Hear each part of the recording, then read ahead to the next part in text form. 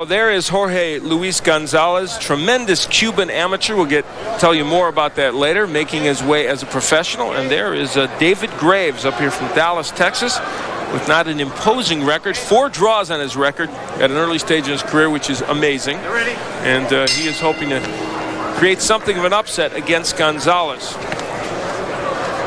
I mean, right away, you can see the size difference here is just tremendous. Just a little bit. Yeah. There's the knockout ratio. And you can see Gonzalez has been perfect as a pro. And David Graves is, in fact, a cruiserweight. He told us that. He said, I am a cruiserweight, but I'm taking this fight to see what I can do against a heavyweight. Well, he's fought a couple of heavyweights. He fought Michael Bent in his last fight. He lost a decision to Bent, who's a pretty good young heavyweight. So it's not a foregone conclusion here that Gonzalez will knock out David Graves. Apparently, he's got some staying power. And if you saw Jorge Luis Gonzalez here on ESPN in the recent match, which you may very well have, you got to look at him and say, looks a little thinner. Yes, he is 20 pounds thinner than when we last saw him. He has been getting himself in much better condition. Now, the first time I saw him was in Atlanta on the Cooper Holyfield undercard last November. He fought a guy named Mark George, who was even smaller than David Graves. And Gonzalez just looked awful. I have to tell you, he was about 245 pounds, and he really could not carry the weight. Well, he took a pounding from us last time out. I have to say candidly, try not to be overly critical, but he didn't look good against Michael Gant. Michael Gans, I'm sorry. And it just wasn't a sterling performance. We'll see if he can do better. Well, you know, there's 2 ways to be critical about a fighter, too. I mean, Gonzalez obviously is talented. He's already landed some really good left hooks to the body and one right hand. But when a fighter with that much talent comes in and obviously has not trained, that's when he's open for criticism. And that right hand already hurt David Graves. Graves is landing, but he's not having much of an impact. Well, he is giving away 29 pounds here, and as you can see, the 199 pounds he is carrying is not rock solid. His best weight is probably between 175 and 185. Which would actually make him just sort of in between or a small cruiserweight. Yeah. Minute left to go here in round 1. Our first match of the evening. Al Bernstein along with Wally Matthews. Glad you joined us. It's an 8-round heavyweight tiff. I never use that word, tiff. That's a good word, though, every so often. Overused, I think it can be a problem. But I think used judiciously, it's okay. Me overuse a cliche? Don't be silly. Between the two of us. Gonzalez going downstairs with the right hand and missing again. And now a little movement being given to him by David Graves. Probably a very good idea. Actually, David Graves told us earlier today that he was going to try and stay close to Gonzalez, which is not easy when you're fighting a 6'7" fighter with a long jab and a big left hook by Graves. You know, we saw Mike Gans hit Gonzalez with numerous left hooks. And, of course, we don't need to tell you where that a more powerful fighter, Gonzalez, might have a problem. But, hey, guess what? We got through the first round. Stay with us. We peek into round 2 as Jorge Luis Gonzalez comes out against David Graves. And Wally, in round 1, there is one thing. Graves was able to get that left hook in from time to time. Yes, he was. And even though he's working from pretty long distance, which tells you that Gonzalez has a tendency to keep his head straight up. You know, that fight that I alluded to before in November, against Mark George that Gonzalez fought in Atlanta, he was actually decked with a right hand in the first round. Gonzalez was sometime. Yes, he was. Look at the punches. Well, obviously a clear edge there for Gonzalez. 33-12 landed, but I'll tell you, the most impressive one to me was the left hook that Graves landed. He got one in there.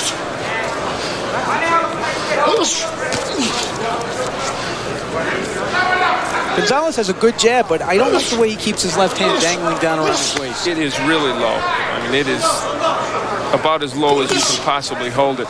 And he has some good hands in his corner. Richie Sandoval and Eddie Mustafa Muhammad trying to work with him and get him not only in good shape, but also try and create the right pro style for him.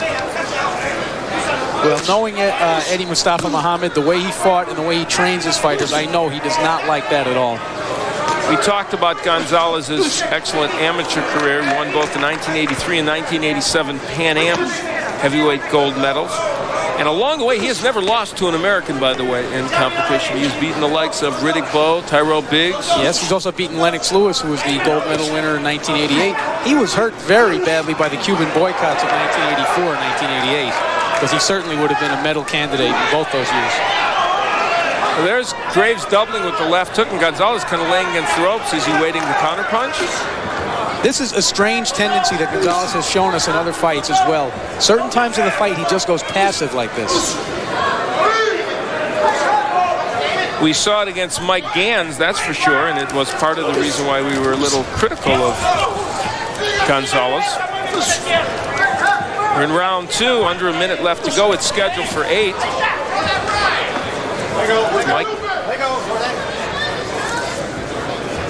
Mike Gans, as I mentioned, when he fought Gonzalez, was able to really crank up some big left hooks, and that's what Graves is trying to do now. That one missed.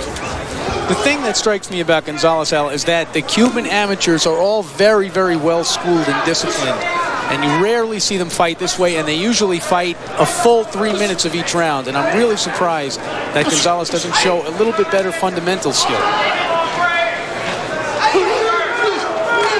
Well, as Gonzalez chases and Graves tries to cover up and get in a few of his own left hooks, we will call a timeout at the end of round 2. We'll be back with 3.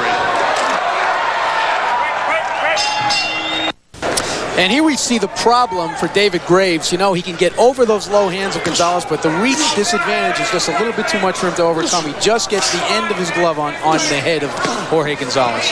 We head into round 3. It is scheduled for 8. Jorge Gonzalez in the red, the former Cuban amateur heavyweight, against David Graves, who comes in here from Dallas, Texas, with the unimposing record of 5-4-4. Gonzalez is 8-0 as a pro. Jabs. And we can see that Gonzalez has a good jab and has used it quite a bit here, 82 times in 2 rounds.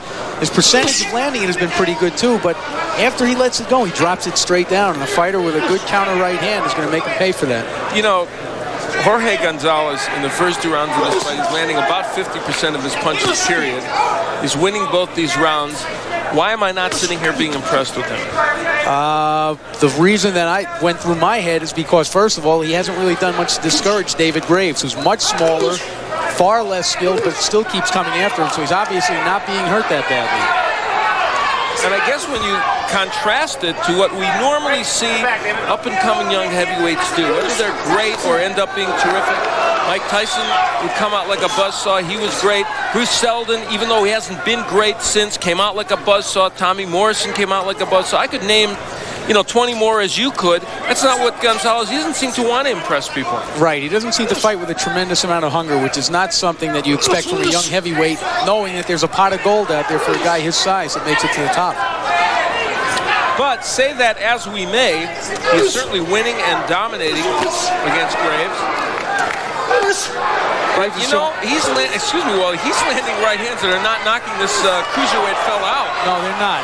But they are drawing some blood from the lower lip, which is what I was going to say before. He's drawn some blood, but he really hasn't been able to hurt Graves. Graves standing straight up, not bending at the waist or getting inside like he wants to. But Jorge Gonzalez has nailed him with some of his best shots. Graves has not gone anywhere. Good jabs by Gonzalez. And it's not like Graves is doing anything unusual that would make it difficult here for Jorge Gonzalez. He's standing right in front of him. He's trying to punch from long range, which is not what somebody with that short a reach really would want to do against a Gonzalez. And still, he's here. Under a half-minute left in the round. Gonzalez goes to work again after Graves had landed a few punches in combination a moment ago. It's another Gonzalez round, but clubbing right hand by Graves. That landed in a spot that most fighters do not like to get hit, as if there's a good place to get hit, but right behind the ear. So we wind down in round 3, and Gonzalez is winning, but Graves is still there.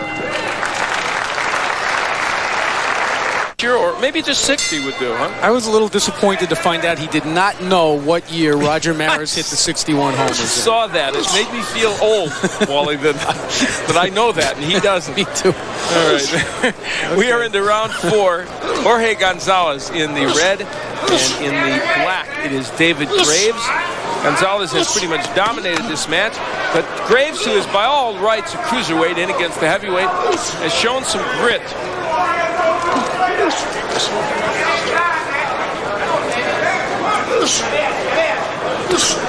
Gonzalez continues to use the jab. They clash heads there.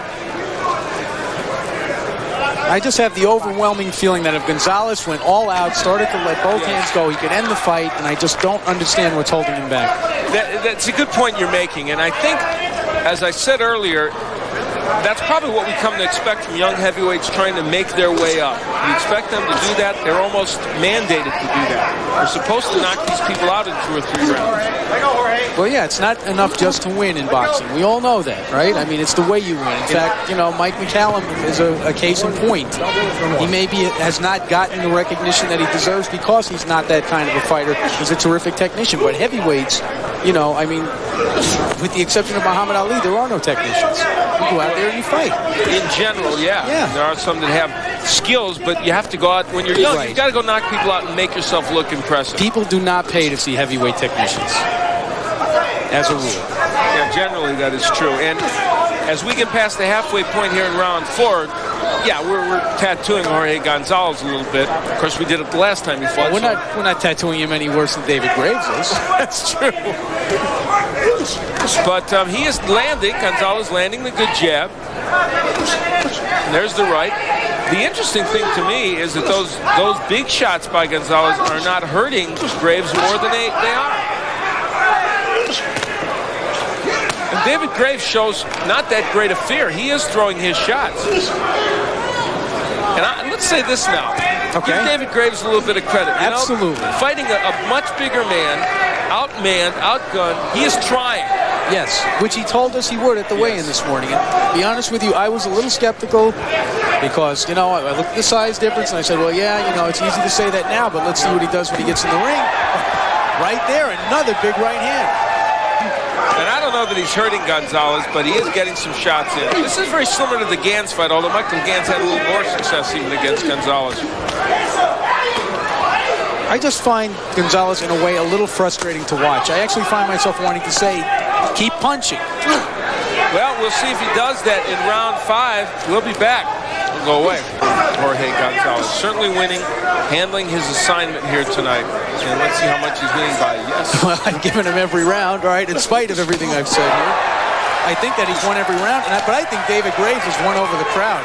Yeah. Every time he lands a punch, they are behind him here. Well, he is the underdog, and crowds will go for the underdog, and Gonzalez has done scant little to get them excited. See, and now we're back to what he did against Michael Gans, the showboating when it's not doing anything. And they said today, didn't they, that he did it because he was tired. So he would do things like that. Now, I think he's clearly tired. And I'll tell you what, if he gets too wild here against Graves, he's going to get hit with something. Now he's yelling at Graves. I don't know what that will accomplish. Good jab by Gonzalez. This is just not a very good showing. I'm sorry. I mean, Gonzalez has to show us what he can do with his 2 hands, not, you know, the comedy routine. This is, in fact, very much a repeat of what we saw against Mike Gans. And Gans, at least, was at, now look at that. You know what? That's not very good. That's not very good conduct for a guy that wants to be heavyweight champion, to get into that posture and look like he's going to throw a left hook that comes from I don't exactly know where. Yeah. Hey, you know who's got it easy in this fight, though? Punch Profile, Bob Canopio and Logan Hobson. And I wouldn't say easy, but I'll tell you what, at least their fingers are not going to be I'm so happy for them. Down. I think Logan's getting a manicure during this fight. It's very possible. I don't know.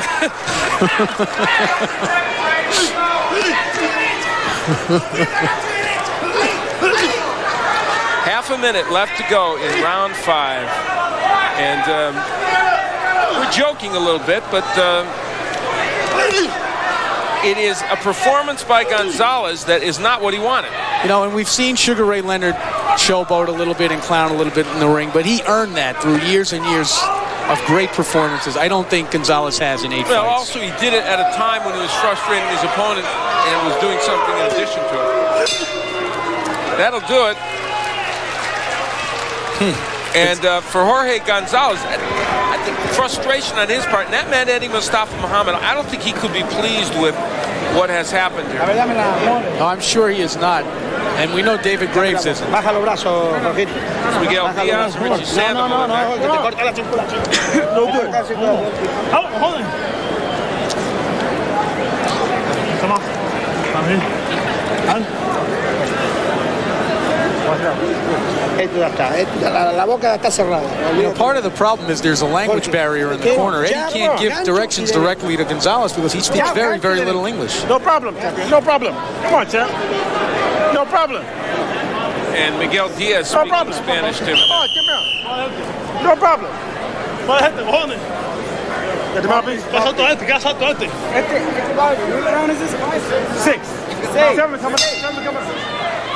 You know, I got to tell you something. In that corner, you have Eddie Mustafa Muhammad. We're into round 6, who just led Iran Barkley to a major victory against Tommy Hearns. Richie Sandoval, who has done one of the best training jobs with Scotty Olsen I have seen ever. And Miguel Diaz, who we have said many, many times is a superb trainer.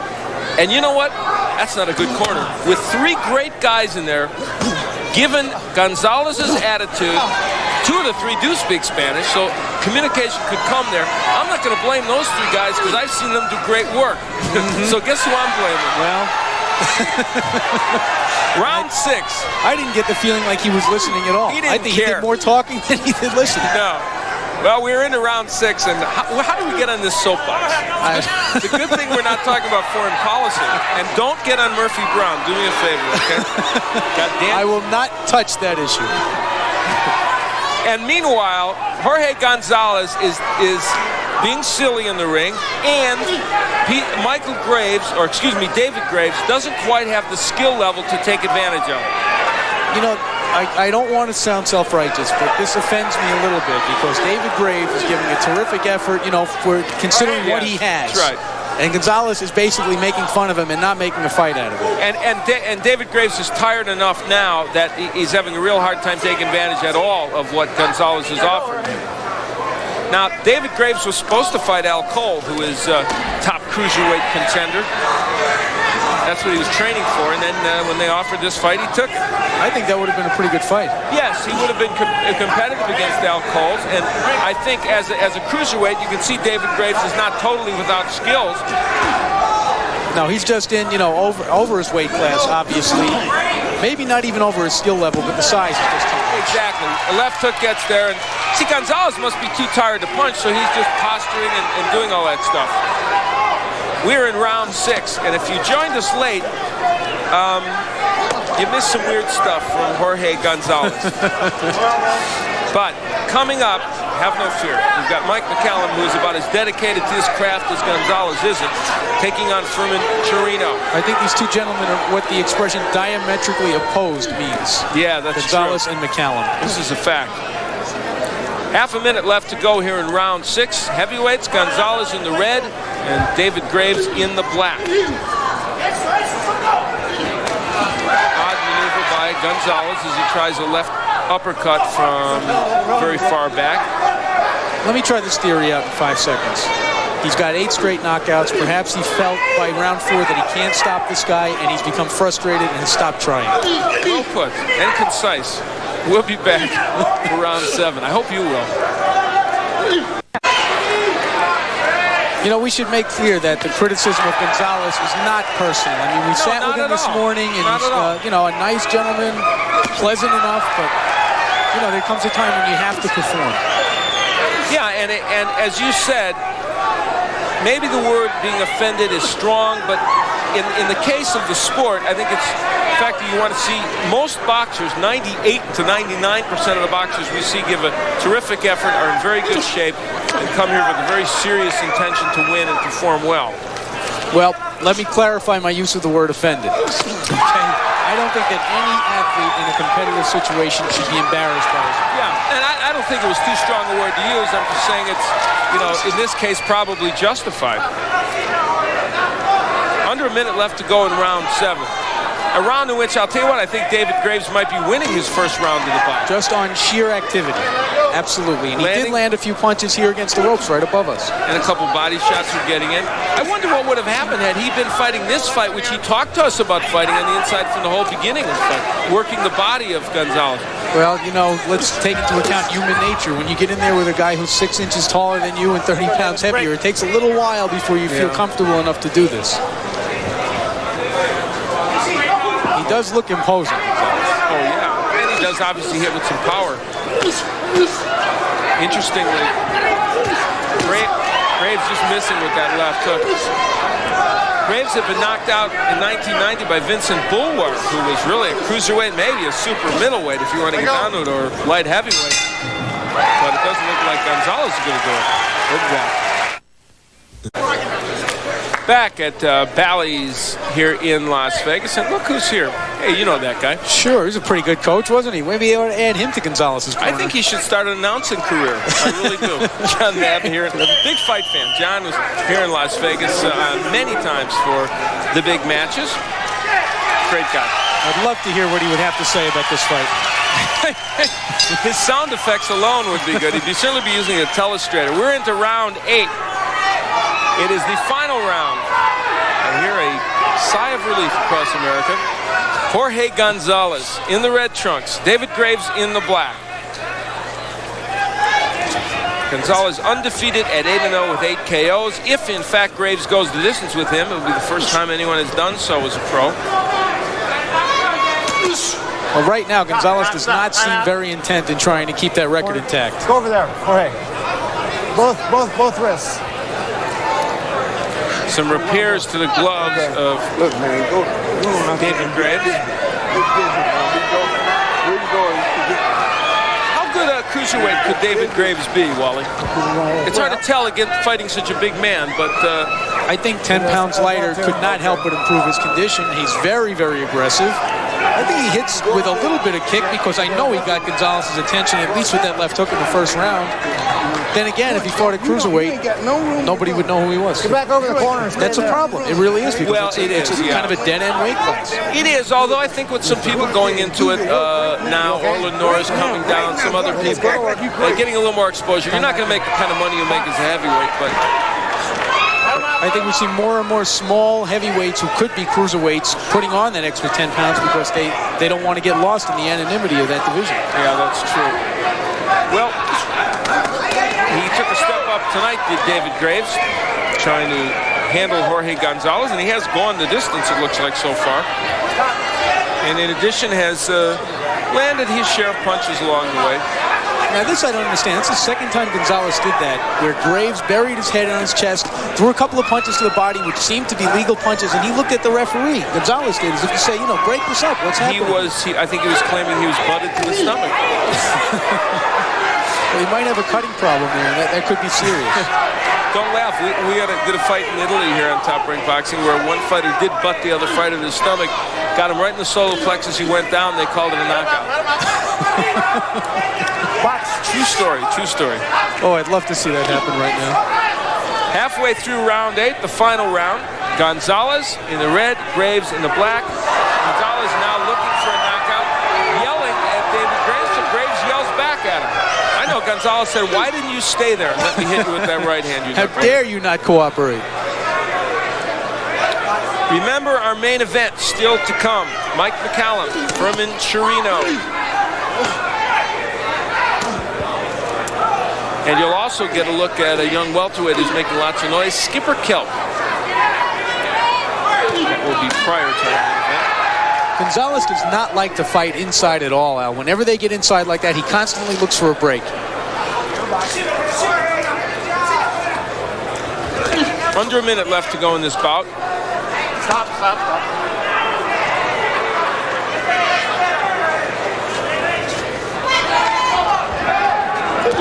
Some movement from Graves as he seems a little content now to say, well, I'm going to go the 8 rounds. I think Gonzalez is feeling the same way right now.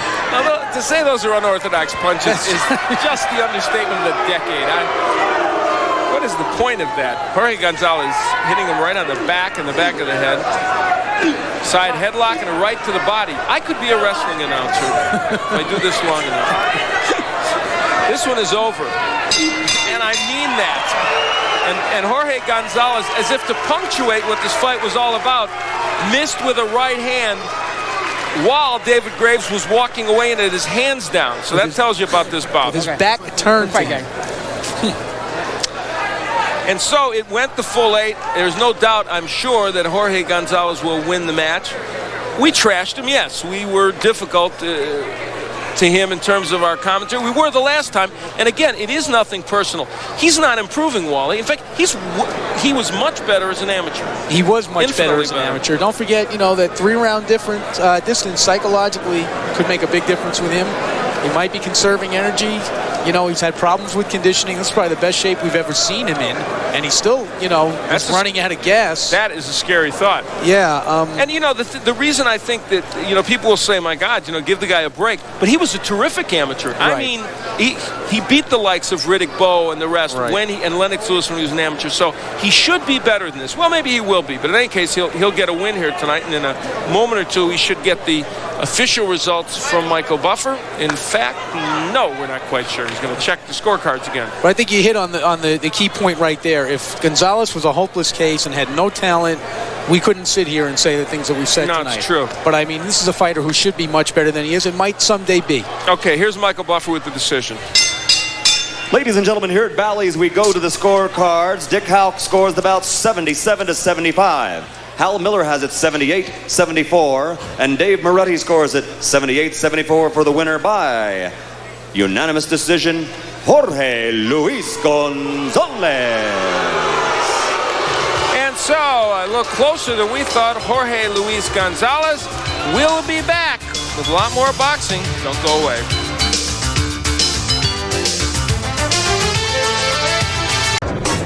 Well, we're expecting a good IBC Heavyweight Championship bout tonight as we welcome you back to Bally's in Las Vegas. The IBC champion, Michael Grant, defends his title against 33-year-old Jorge Luis Gonzalez. Bob Papa, along with Al Bernstein, back in Las Vegas. The boxers are making their way through the ring. We'll start with Jorge Luis Gonzalez. A little slow getting down to the ring tonight.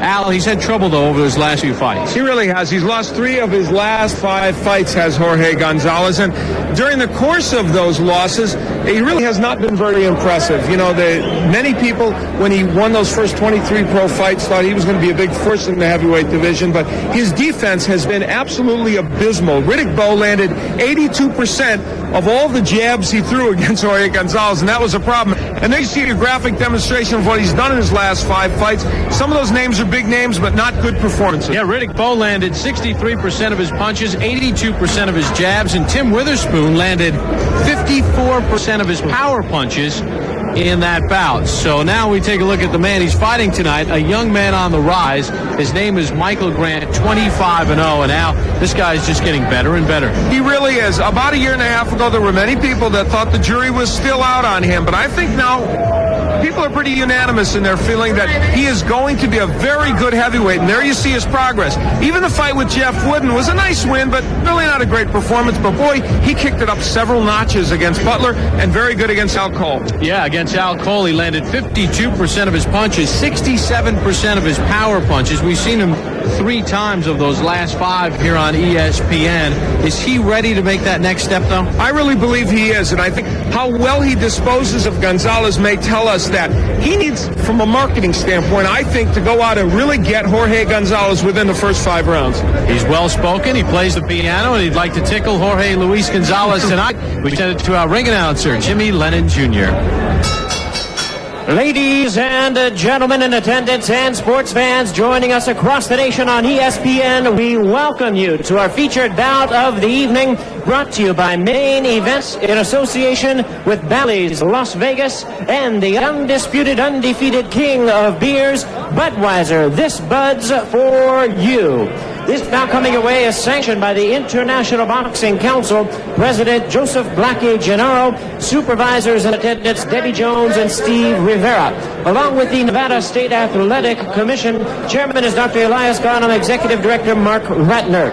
Introducing to you our judges, scoring this bout from ringside, Patricia Morse-Jarman, Dalby Shirley, and Glenn Trowbridge. Presenting to you our referee in charge of this bout, working this, his 99th world title bout, Joe Cortez. All right, fans, here we go with our main event of the evening, 12 rounds of boxing for the IBC Heavyweight Championship.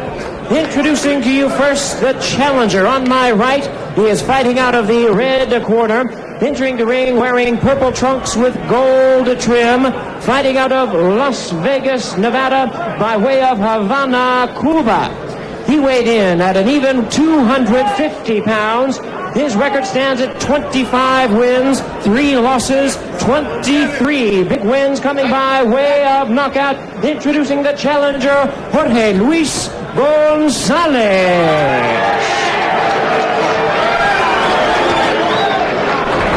And his opponent across the ring is the defending champion on my left, fighting out of the blue corner, wearing black trunks with silver trim and hailing from Norristown, Pennsylvania. He weighed in at 248 pounds, undefeated in his campaign in the ring with 25 wins, no losses, 17 wins coming by way of knockout. Tonight making the first defense of his title, please welcome the IBC heavyweight champion, the undefeated Michael Grant. And once again, a referee in charge, Joe Cortez, now to give instruction. As he gives the instructions, we'll take a look at the rules as governed by the IBC. Under the unified professional rules, no 3 knockdown, no standing 8. Fighter cannot be saved by the bell in any round. Only the referee may stop the bout. Accidental foul, they'll go to the scorecards after 4 rounds. Keep your guards up at all times. Touch him out. Jorge Luis Gonzalez trained 5 months at the United Champions Gym in Las Vegas. Born in Havana, celebrated his 33rd birthday a little less than a month ago. And Michael Grant, who played some college football and basketball, 25-0 with 17 knockouts, is ready for round number 1, and we are underway. And we believe that if you, as taken as both men in the ring, this is the tallest matchup we've ever had on ESPN. Mike White, who was 7 feet tall, was on our show, but that was only one part of the equation. There you see the knockout ratio of these men. And while Gonzalez has had his share of knockouts, when he gets in against the better fighters, has a hard time scoring a KO. 13 of Grant's 17 knockouts have come within the first 3 rounds, 7 in the first round. Gonzalez also has 7 first-round knockouts. For Gonzalez, 20 of his 23 knockouts happened within the first 4. For Michael Grant, clearly the jab, an important weapon. We mentioned that Bo landing an astronomical 82% of his jabs. You almost can't land 82% of your jabs against the heavy bag. So landing against the fighter is pretty good. Speaking of heavy bags, Michael Grant, since mid-September, has been in Houston in Evander Holyfield's camp. Grant sparred with Henry Akinwande. Great hand sends Gonzalez down. And maybe out right to the ear. Joe Cortez in for the count. Counted it. Says he's okay. I don't know. Gonzalez has lost 3 of his last 5 by knockout. Grant looking for that 8th first-round knockout.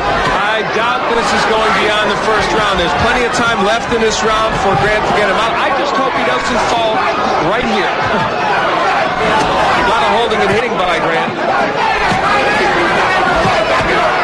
Gonzalez is down again, and Joe Cortez stops him. And I think any questions that remained about Jorge Luis Gonzalez have been answered. And you know, I talked about Michael Grant needing to make a statement in this bout, and guess what? He did it. He didn't even wait to the 3rd or 4th or 5th round to knock out Jorge Gonzalez. He did it in the very first round. And yes, is Gonzalez a top heavyweight? No, but still, Grant showed that if he's got a guy in front of him who's not going to really get the job done, he'll take care of him. And Evander Holyfield standing in the front row working with Michael Grant with a big smile and a thumbs up for Michael Grant. The 25-year-old from Norristown, PA, goes to 26-0 with 18 knockouts. You see Tommy Brooks to the right. And not in the picture, Don Turner. Those are both Evander Holyfield's trainers working with Grant as well.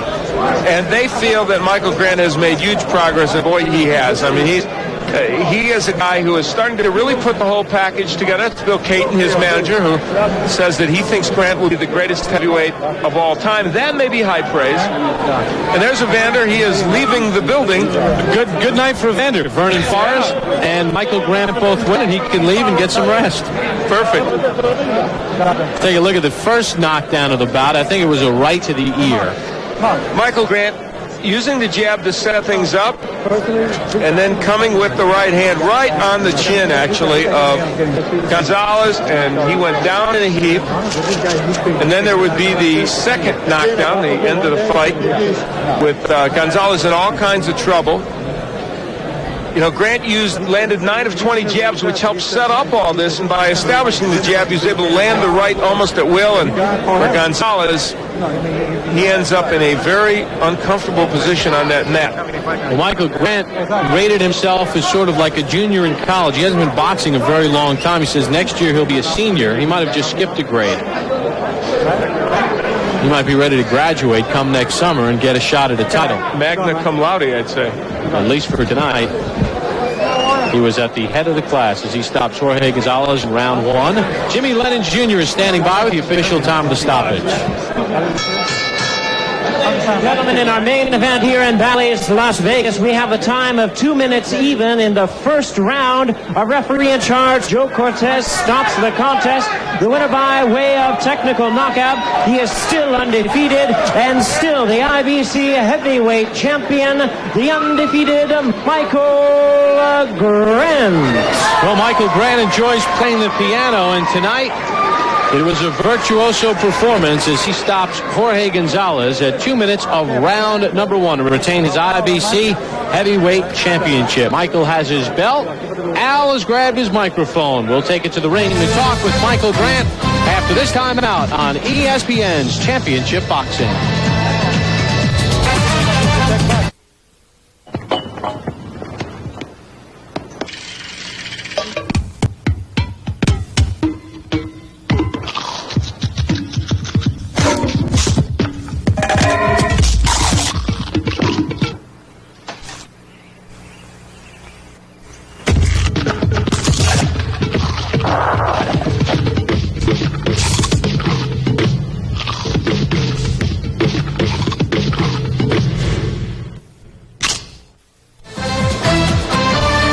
Welcome back to ESPN's Championship Boxing. Bob Papa along with Al Bernstein, Michael Grant at 2 minutes of round 1, a TKO over Jorge Luis Gonzalez to retain his IBC heavyweight championship. Michael Grant felt that he was like a junior in college. Well, he graduated tonight with flying colors. He's standing by with Al. Al? I'm here with Michael Grant and his manager, his happy trainers. And Michael, you were able to get him out of there maybe even quicker than you anticipated. I think a lot of people thought you might score a knockout, but that was very fast. First of all, Al, I want to give honor to God and my Lord and Savior Jesus Christ. And this fight was dedicated to Art Cavalier. I wasn't really supposed to be here. I was in a car accident Friday. Really? We did not know that. Kept it on the down low, kept it real hush. But, Don asked me, you don't have to fight. But I said, Don, don't worry about it. We're going to do this. We're gonna get out of here. It's going to be nice. What kind of injuries did you sustain? Just some, basically a leg and neck and lower back injuries. But, I got my masseuse, Sharon Stewart and Allen. They worked on me, and they just said I'd be fine, just loosen up. Gonzalez, he came out there. I prayed in the locker room, and, I just let God work for me. All right, let's take a look at the first knockdown, and we'll see what you did with Jorge Luis Gonzalez. Good that you got him out early, considering your physical condition. You landed a good right hand here. Woo! Right to the jaw. You set it up pretty well with the jab, too. Yes, sir. Yes, sir. I was just, you want to be consistent and just pumping that jab off my shoulder and just knowing that, nothing can hurt me when I pump my jab off my shoulder. And I just feel so strong when I do that. Right here, when I got him, he's looking for daylight, and I'm trying not to give him no daylight at all. You said at the press conference you were a little nervous.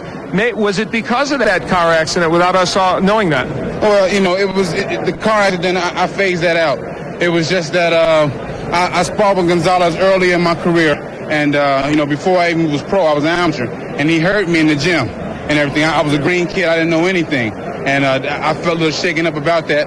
But then I got overconfident. I got I got confidence back, and I went out there and just did my thing. All right, but we're going to get to your manager, Bill Caton, in a second, but I want to get a training report from Don Turner and Tommy Brooks, a report card. Well, I think he's 1 or 2 fights away from the best in the world. You know, I've never seen a kid like this. He's big.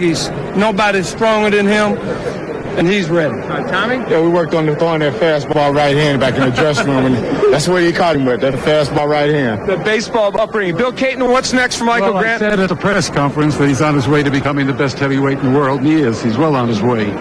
We're planning several possible fights. We'll have to discuss those. Okay. Include anyone up to and including Lennox Lewis. All right. How far do you think 1 fight away from a championship? 2 fights, I would say. Right? Wouldn't you, Don? Yeah. 2 fights away. All right. Very quickly, congratulations, Michael Grant.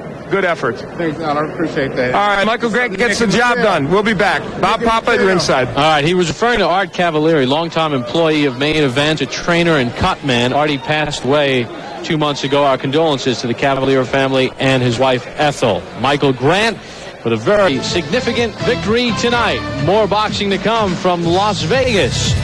Mervyn Pennison-Johnson and Rashid Lee after this timeout.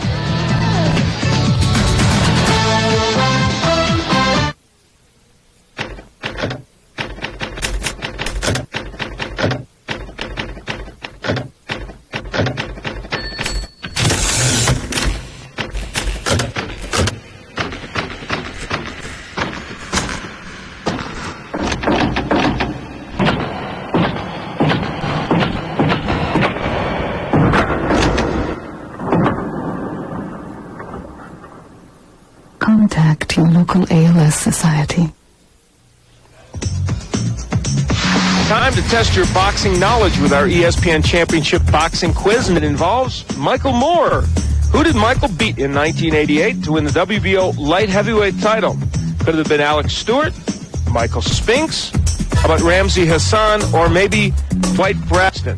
Well, this gentleman was not a superstar like Michael Spinks, but he did have a title. Ramsey Hassan is the right answer. Well, we are set for more boxing as Michael Grant stops Jorge Luis Gonzalez in the first round. Vernon Forrest has a unanimous decision over Ray Oliveira tonight. Now Rashid Lee and Mervyn Pennison-Johnson getting set for a super middleweight 6-round clash. We're ready for our ring announcer, Jimmy Lennon Jr. Well, fans, here we go. This bout coming your way, scheduled 6 rounds of boxing, presenting super middleweights in the ring. Introducing to you our judges, Cindy Barton, Dick Hauk, and Al Lefkowitz. And presenting our referee in charge of this bout, we have Toby Gibson. All right, fans, here we go. Introducing to you first on my right, fighting out of the red corner, wearing solid black trunks, and joining us from Detroit, Michigan. He weighed in at 172 pounds. His record includes 2 wins, 1 loss, 2 draws with... At 250 pounds, he's from Long Beach, California, and brings a professional record of 11-7-1. 7 of those 11 victories by KO. Ladies and gentlemen, Mike the Destroyer Gans. And across the ring, his opponent fighting out of the blue corner, wearing the red trunks with black trim, weighing in at 247 pounds, originally from Cuba, but now making his home and living in Las Vegas, Nevada, here in the U.S. of A. Undefeated as a professional, 6-0, all by knockout victory. Ladies and gentlemen, let's welcome Jorge Luis Gonzalez. Okay, gentlemen, you're the chief second. You're the chief second, Rich. I've given your instructions to you in your respective dressing rooms. Let's talk about the rules here in the state of Nevada while we hear the official instructions. Well, you see the 3 knockdown rule effect, no standing 8. Only the referee can stop the fight. The winner gets 10, the loser 9 or less. The referee doesn't figure in the scoring. Can only be saved by the bell in the final round. So we're set to go. This is in the heavyweight division. Mike Gans, now fighting out of Long Beach. Pretty good amateur. And actually, Mike Gans looks to be in better shape than I've seen him be in a long time. He hasn't really fought very much in the last few years. He told us today at the weigh-in that he ballooned up to, about 320 pounds, and now he's down to 250. And it doesn't look like, it looks like a good 250. It doesn't look like some guy that's bloated. Yeah, it really does. Mike, as we said, a very good amateur, but has always had the suspect chin as a professional. And you look at the knockout percentage, not bad for Gonzalez. 6 have come and 6 have gone. He is a very hard puncher, and as an amateur, he was excellent. I mean, he beat both of the Olympic champions before they went. Tyrell Biggs in '83 before he won the '84 Olympics, and Lennox Lewis before he won the '88 Olympics. Just trying to work on experience here. Walked into a left hand, and there's a left hook by Gans. Michael Gans did not come here to lay down, did he? At all. No, he really does look in pretty good shape. I mean, he is getting in there right after Gonzalez here in this first round, taking some big shots. Good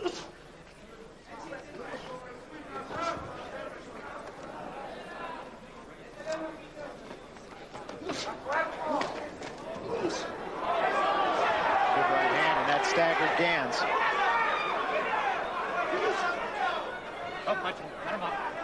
Mentioned Gans is not foot. He didn't fight at all from 1988 through 1990, and then 1991 he only had one fight against Rocky Patelli out of the Reseda Country Club. Lost, knocked out in the second round.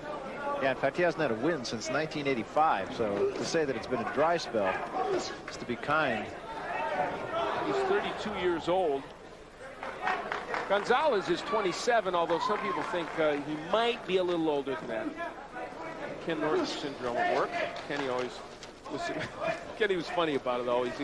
He would shave about 4 years off his weight if you could get him to say or his age rather. If you get him to say how old he was. Keep him up, keep him up, keep him up.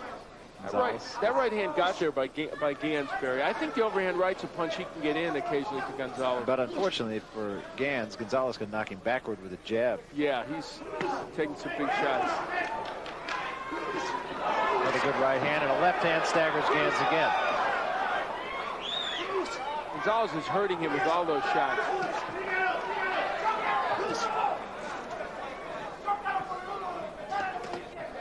Gans with a right hand and another right hand. Double right hand from Gans. And those loose ropes could be a problem. And another right hand by Gans. Well, big right hand. I said the overhand right could get there, and gosh, I guess I was right for a change. But let's mark it down for 1992. I remember, what's this date? It had to happen eventually. Coming to the end of the first round, and each man dishing out a little bit, and each man taking a little bit. We'll be back. Jorge Luis Gonzalez hurt Gans several times in that first round. However, there was a moment at the end of the round where Gans got in some good right hands, Barry. Yeah, so there's something to be learned for Gonzalez, and he continues to drop that left hand, be there for a right hand. And of course, you know, needless to say, as he gets in against better boxers, better fighters, make more powerful punchers, it can be a problem. I'm sure that's something that Richie Sandoval will take back to the gym and say you just have to stop doing that. Look at the numbers in the first round. Gonzalez did enough to win the round, I believe. Yeah, he had the edge in numbers landed, but as we said, Gans did come back at the end of that round.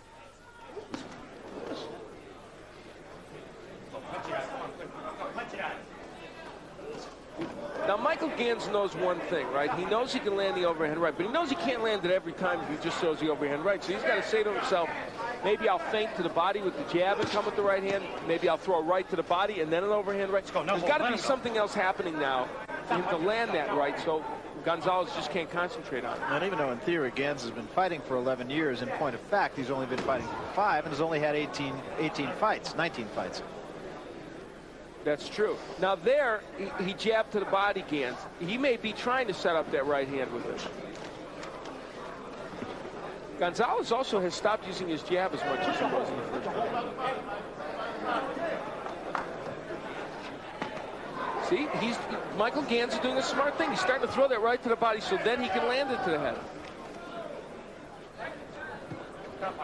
One thing is really clear, and that is that Gonzalez has an awful lot to learn.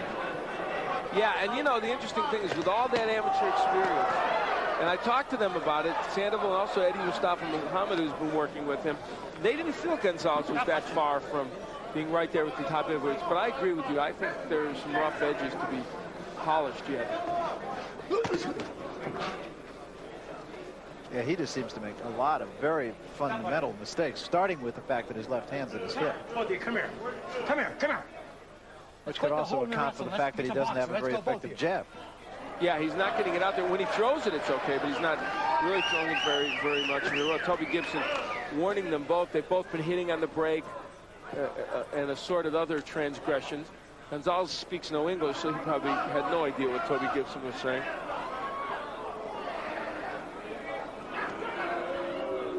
Now there's a lot of grabbing, clutching. This is not going to be an easy bout for Toby Gibson to deal with. There was a right hand and down went Gans. I think they're going to call that a knockdown. Should be a knockdown. Oh yeah, he's still hurt. He's still hurt. And if Gonzalez would turn around, he would see that. All right? Give me a glove. I don't think Toby Gibson's going to go too far with this. I think he thinks Gans is still hurt. And I think he's right. And Gans, the only thing Gans did at the end there was at least wing that right hand to keep himself in here. Yeah, he didn't do much with it in that round, though, and it's still there for him. He did throw a lot of body shots in that round, though.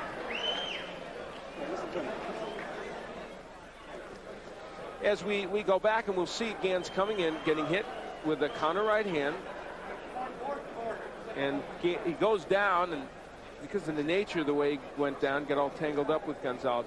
Coming in with the jab. Now, he was getting, this is bad, right? He did exactly what I thought he should do, and he got nailed with the right hand. Go to the body with the jab, and then come up with the right hand to the head, but he forgot to bring the left jab back. Yeah, it seems like Gonzalez wore Gans down a little bit now. Here is a look at Gonzalez. And ironically, until that knockdown, Gans wasn't having that bad around.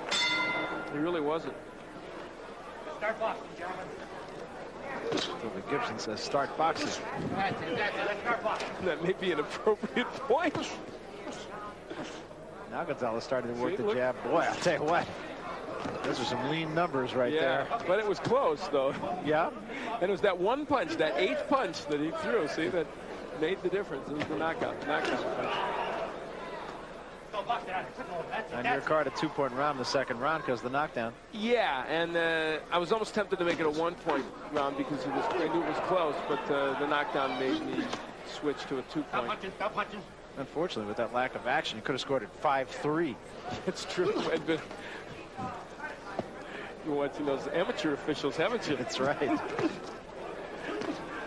Go figure. A 5-round fight, 2 minutes around, and two punches landed. Exactly. Clubbing right hand in the back. Actually, Michael Gans and Jorge Gonzalez have landed more punches in the back of the head than the front. See, double right hand to the body and the head. That's the ticket for Gans. He throws it very awkwardly, but when he throws it, it's really good. Really tired also. Yeah. I don't think it'll take much for Gans to go.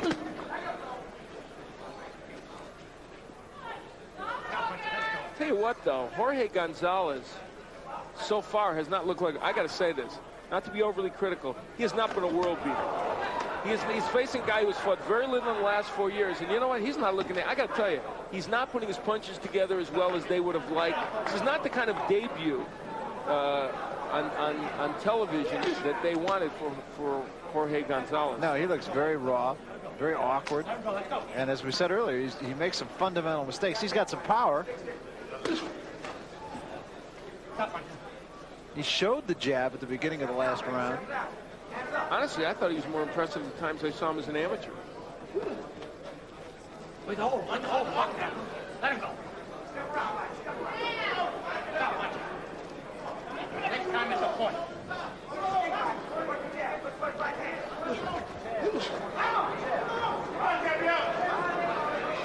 Again, limited action here in this round.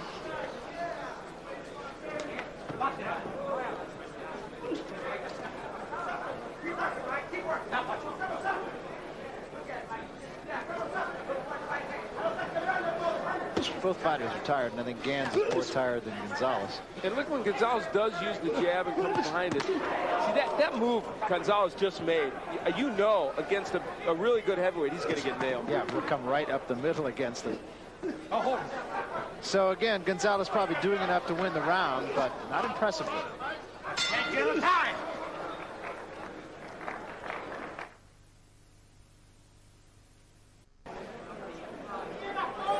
Go. Give me a clean fight now. Give me a clean fight. We start the fourth round, a fight that has been dominated by Gonzalez for better or worse. Gonzalez in the red, Gans in the black. There's no question he's ahead in this match, and we've been critical of some of the things he's doing only because he's a 27-year-old who has turned. There's the. Oh my! Look at that. Gans with more punches landed in that round than Gonzalez. That's interesting. Yeah, it didn't seem that way. No, that's a number that surprises me. It's going to force me to pay attention to the rest of this fight, whether I want to or not. Gonzalez trying to pick the tempo up in this round. I think both of them, though, and we've said this before, both of them seem tired to me. Yeah, neither man has been real good with his combinations, and has been that accurate with their punches. Well, he just aimed that one. And he stands there. What is this? That's Bush. That's what that is. I have no idea. That is stupid and Bush. I'm seldom this opinionated about an activity in the ring. That's because he's tired and he doesn't want to go after him or whatever. If he was that tired, he'd get him out of there. He could have blown on him and gotten him down. Very peculiar behavior by Jorge Gonzalez, and that will do nothing to raise his stock as a heavyweight. That's not. I can appreciate showmanship. That's not showmanship.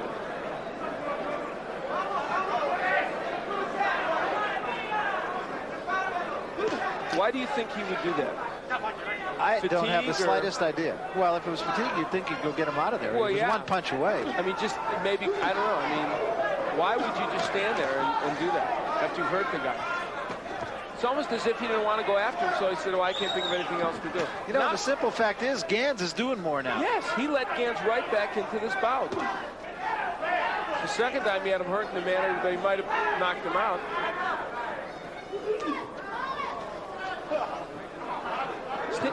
You know, you look at Gonzalez with his hands at his side, moving backwards. Can you imagine what a good heavyweight would do with that? Yes.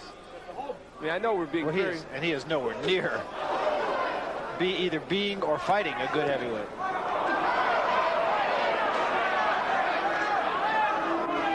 Warning from Toby Gibson for slapping.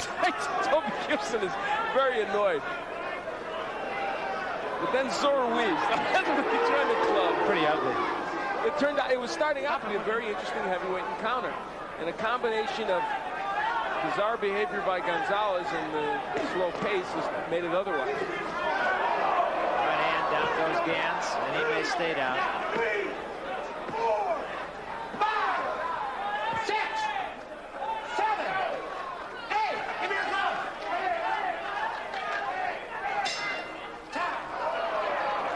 So another knockdown in this fight is really getting ugly in a hurry. Or should I say uglier? Yeah, that probably would be a more appropriate phrase. Michael Gans keeps walking into those right hands, and I don't know how much more he's going to be able to deal with this. We will see the knockdown. Boy, now you can't throw a right uppercut from that far back and not get hit with the right hand, even against Jorge Gonzalez. Yes. And that's what happened in this instance to Michael Gans. Will he come out for this round? I guess he is. Let's go, second. I don't think there's any question Gonzalez can get him out of there anytime he wants. Let's go. No hold, I take punch. And the way he's aimed those punches. Clean fight, gentlemen. Clean boxing. Let's go. Plaintive cry as we look at the punches from last round. Gonzalez, we get the plaintive cry from Toby Gibson. Clean fight, gentlemen. Clean punches. When Gonzalez does work the jab, it's a moderately effective jab, although it's being thrown now at a rather immobile target.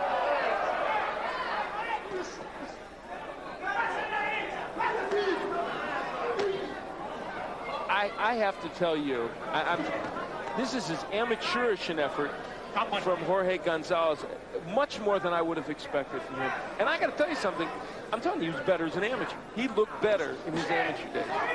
And this is no slight. You know, I think the world of Richard Sandoval has done a tremendous job with Scotty Olsen. And Eddie Mustafa working with him, who we've seen do wonders with boxers. So I'm not going to lay the blame at their doorstep. Gans actually hit Gonzalez with the right hand. It just won't take much for Gans to go. We talked about Gonzalez's left hand. Gans' left hand is somewhere down by his thigh also. Let's go. In his earlier days in '87, Gans faced the top heavyweights. He lost to Orlin Norris, lost to Mike the Bounty Hunter, beat Olean Alexander, lost to Carla Truth Williams. Probably his best win was back in '83 when he beat Mark Wills in the heavyweight tournament at the Forum. But obviously that was a long time ago, and yet he's still hanging in there with Jorge Gonzalez here. I tell you, these ropes on that one side of the ring are very loose. And that now look at Gonzalez. He's walking forward, talking to the Gans. Now, if this were a debate, I could say that, you know, that would be good, but it's not.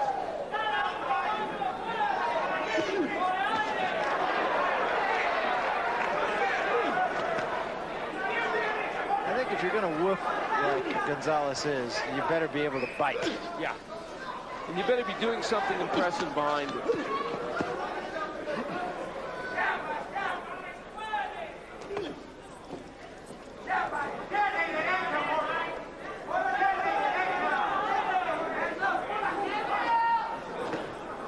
That time Gonzalez actually took a look at Toby Gibson. I might point out that the longest Gonzalez has gone as a pro was into the third round, where he knocked out William Compudoni. And of course, as an amateur, only went 3 rounds, so we may be seeing some fatigue.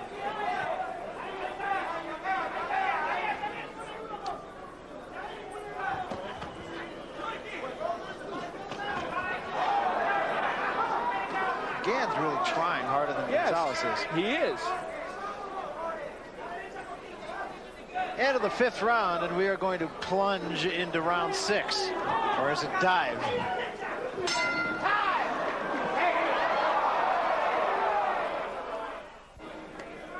It has not been an artistic success. This has been really typical of what's going on in this bout. That was right after the bell, and what can I say? Might have gone to a step over toe hold, maybe finished it with a suplex.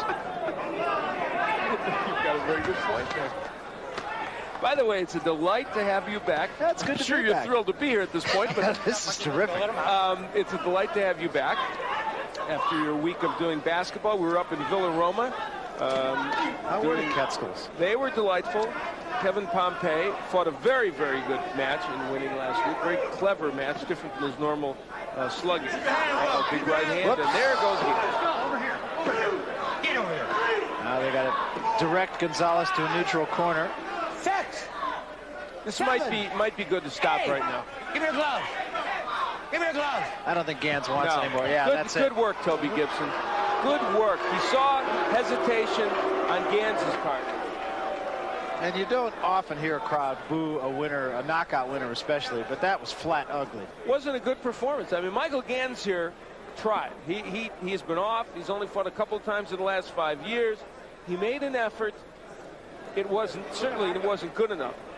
But on the flip side, as we look at Jorge Gonzalez end this with a right hand, he'll catch him coming off the ropes there in the back of the head, and that did it to Michael Gans. Screwed up his equilibrium, and that's probably more of the reason why I went down.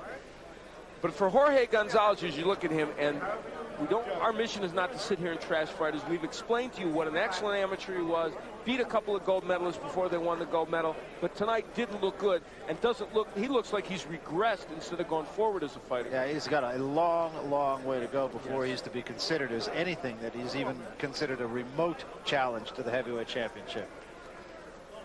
So a win, I suppose, is a win, but as you said, it wasn't pretty. And I don't think Michael Gans made it. Michael Gans wasn't that awkward a fighter to fight. You know, a little awkward, but not that bad. 57 seconds. 5-7. All right, so 57 seconds of the 6th and final round, and that is the official word. And Michael Gans has lost another one to make his record 11-8, and Gonzalez, for better or worse, goes to 7-0. We likely will see him again, and we hope, frankly, we see him a little bit better than we did tonight.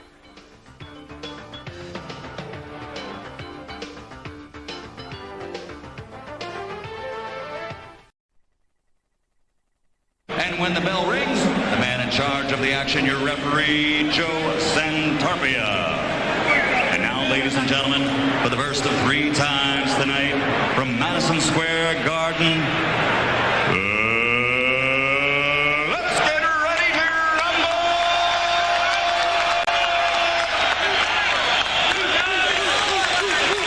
And now, walking in the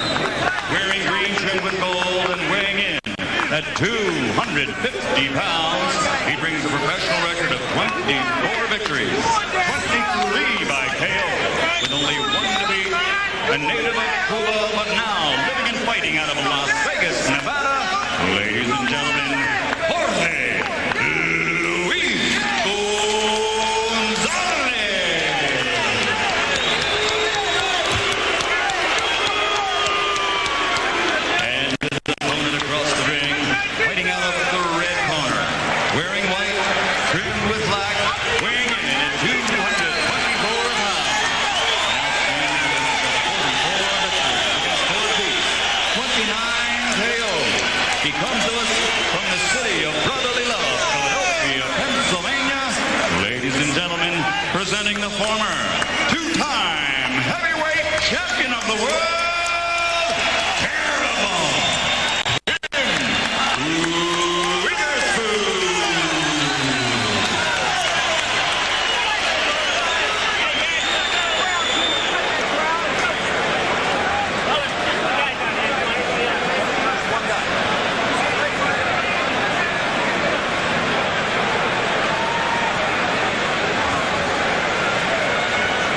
You both know the rules. I want a good, clean fight.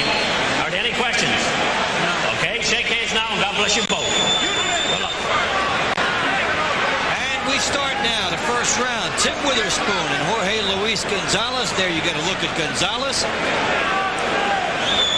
The crowd did not appreciate him, and there is Tim Witherspoon, big crowd favorite, has remained one through the years. Witherspoon would seem to have the favorite going in. What do you think, guys? I think Tim's going to take him out in about the 5th or 6th round. Just going to chop him down with some actions, some jabs, and body shots.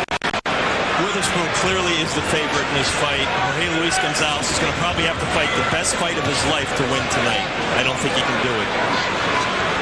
Witherspoon trying to crowd Gonzalez in the opening round here. Terrible Tim with explosive power, missing with the looping right hand. Trying to get that one through. That's a good weapon for him when he's a little bit closer. That's his best punch, Dave, and that's a punch where Gonzalez holds his left low that could be the telling blow of the fight if it can find the target. It does there. We got Gonzalez's attention. It was at the top of the head. And when you hit a guy up top, he gets real wobbly, loses equilibrium. I was talking to Witherspoon's co-manager during the weigh-in, Tom Moran, and one thing they were a little bit unsettled about was that Tim Witherspoon did not get the round sparring that he would have liked. He broke his pinky finger on his left hand in the Al Cole fight in the 3rd round, and he had some problems with it early in camp, and then he injured his back, so he had to lay off. He didn't get a lot of rounds until the very end of camp, so we'll have to see how rusty he is. So he might be a big force early. And then if he did not get the rounds, it would catch up with him later on, making the early going more significant than usual for Witherspoon. And he is a good early rounds fighter. I'd like to see Witherspoon try that left hand to the body and see if the hand's all right. Give us an idea. There's only 2 fights I've seen Gonzalez not walk his man down. That was Riddick Bowe, now Tim Witherspoon. Fighting going backward. Right. It's very unusual for him. Well, it's the type of respect that he really cannot afford to show because he's not utilizing that reach if he does it. There's Witherspoon throwing the hook as Gonzalez caught out there with the jab. He will need to establish that and keep it popping in Witherspoon's face. Witherspoon looking for that right hand. Wasn't there. So Gonzalez goes downstairs, then an uppercut. Witherspoon with a nice hook. And the crowd heating up now. Gonzalez does have power. Tim's got to be careful not to get caught in those inside exchanges. But he doesn't have that smoothness. He doesn't bend much at the waist. He doesn't grab his man. It's that cocky attitude that I can knock you out, but if you get hurt, what do you do? Like he's starting to get nailed by left hook from Witherspoon right now. You see him doing a smart thing there, taking Tim's neck and bending it down. Of course, that will contribute to a fighter's fatigue and general muscle soreness during a bout. So the first round comes to a close, and the crowd got a bit of a thrill late. And we'll get back to round 2.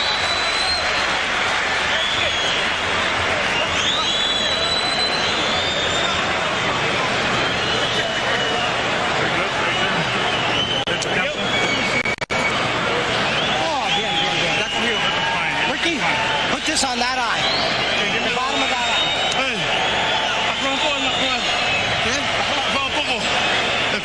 Hey, loosen his fucking belt.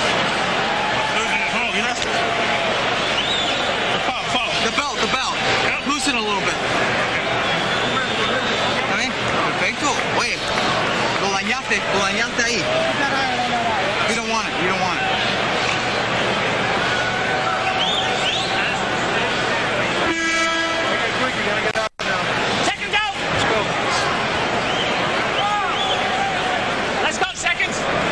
maybe next time you should lay off the fajitas a little bit instead of worrying about loosening the belt. And general repair work done between rounds to Gonzalez. And maybe the thing that was most important, what they needed, they didn't get. They tried to use the edge flow device in the corner, and he shrugged it off and didn't let his corner apply it. So he got the style points. He looks better, but he can't be feeling better. Gonzalez has always been his own worst enemy. It seems like Witherspoon was trying to set up Gonzalez to throw that left jab so Tim can throw the chopping or the looping right hand over the top. But you see where Gonzalez holds his left hand, he brings it down instead of straight back. I think Tim's trying to time it. He's been looking for that right hand since the beginning. And Witherspoon can low you a little bit, not telegraph you too much, and then unload it. Anybody who saw the Riddick-Bowe fight against Gonzalez knows how many times Bowe crashed the big looping overhand right off that big shaven skull of his. The key thing, though, you would figure that off of that, Gonzalez would adjust stylistically against a guy with the same type of a weapon and realize that jab has to be a big thing for him. And Witherspoon got through there. He's a very hard-headed fighter, Dave, in more than one way, and he doesn't really like to listen to his trainer. In fact, he's already split up with Richie Giacchetti, who had him for about a year and a half. That did not last. Witherspoon, in the meantime, landing a nice left hook as he circled to his left. So he has registered good shots on Gonzalez from both sides. Watching Gonzalez when he gets hit, he doesn't seem to react well to getting hit. I think he thinks everyone should fall down because I'm 6'7" and I can punch, but you got to have some skill to make somebody do it. You have to earn that respect, and he's not really firing punches right now. Well, when you have 25 fights in your career, Tony, you've only fought one live guy. That's what happens. Witherspoon chopping again with the right hand, clubbing, getting inside. Gonzalez forced to do a little bit of infighting. Then they separate. Final minute of round two. Gonzalez now switches to the attack and takes a big left hook for his trouble. Witherspoon let him get in and nailed him with that left hook. Gonzalez still retains a lot of the amateurish ways that he brought over from Cuba when he defected. He stayed an amateur an awfully long time. Of course, he had no choice if he was going to remain on the island. You watch Witherspoon, he is setting a pattern here. He's throwing punches. He's trying to get this guy into the later rounds to do damage. Gonzalez is just trying to pour with that jab and try and throw a right hand and end it. And it doesn't work like that. You talk about being an amateur a long time. There's no pro moves from this guy. And look how widely spread apart the legs of Gonzalez are. A defensive mode. As round two winds down, good round for Tim Witherspoon.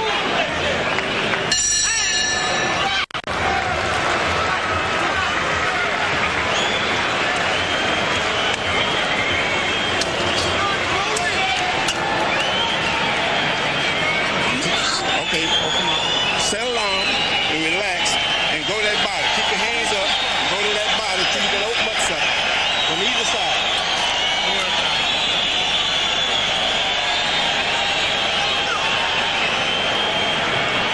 You're doing fine. You're doing fine by moving him back. It looks good there.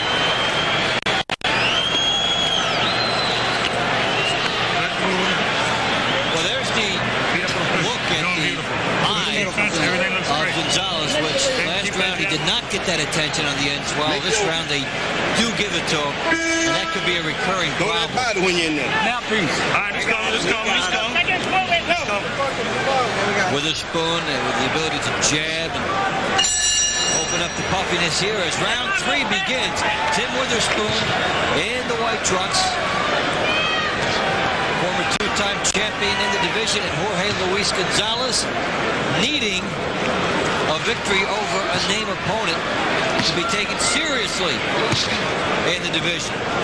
You know, with that defensive style Spoon has, he's not the easiest guy to hit in the world. And when you're a slow puncher like Gonzalez is, he's going to have a difficult time finding the mark. Tim Witherspoon, always good defensive, can bring the right hand across, show you some angles, let you think that you have the whole face to shoot at, when at times he's like a hockey goalie, luring you into an angle that isn't there. Very subtle defensive style by Witherspoon. And Witherspoon missed with that overhand right. I mean, Gonzalez has a 5'8" 5-inch reach advantage, which he might as well not even be here. He doesn't know how to use it, right, Tony? Yeah, he's just like pouring, and Witherspoon just comes closer and closer, gets ready to whack him with a right hand.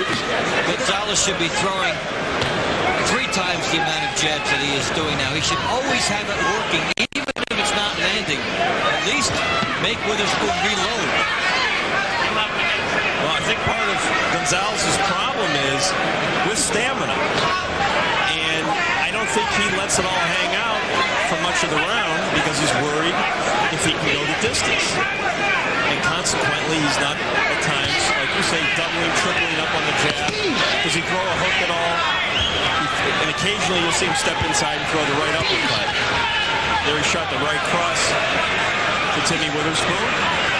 And he keeps that left hand down around his waist. Now, Thomas Hearns would keep his left down on his thigh, but he'd pop you with it. This guy is just, he should keep it up, right up to his chin to protect himself.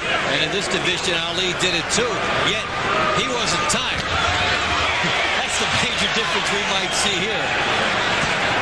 I don't know if there's a strategy for Gonzalez and where he's holding his. Gonzalez reminds me of Steve Balboni, who used to play for the Yankees. I mean, if he hits you, look out.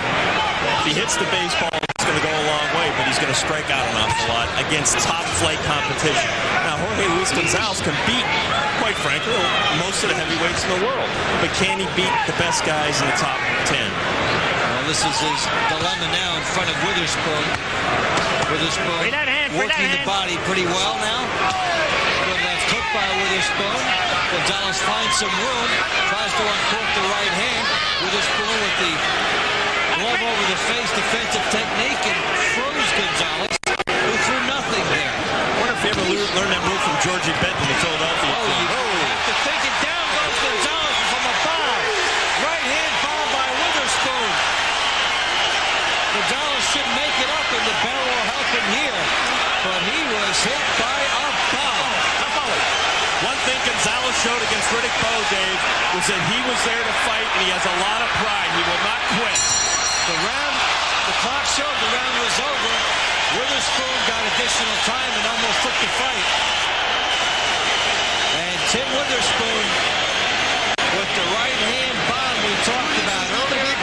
Gonzalez with the low left hand we talked about earlier. You add them up, and Gonzalez is on the case. I'll tell you right now, Jorge Luis Gonzalez is the biggest fraud in boxing, and there's a lot of frauds in boxing. This guy's 6'7", that's it.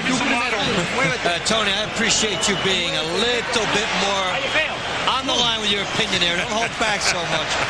Here's the bomb by Witherspoon, the left hook. Big chopping right hand. Right on top of the head. That's an equilibrium shot there.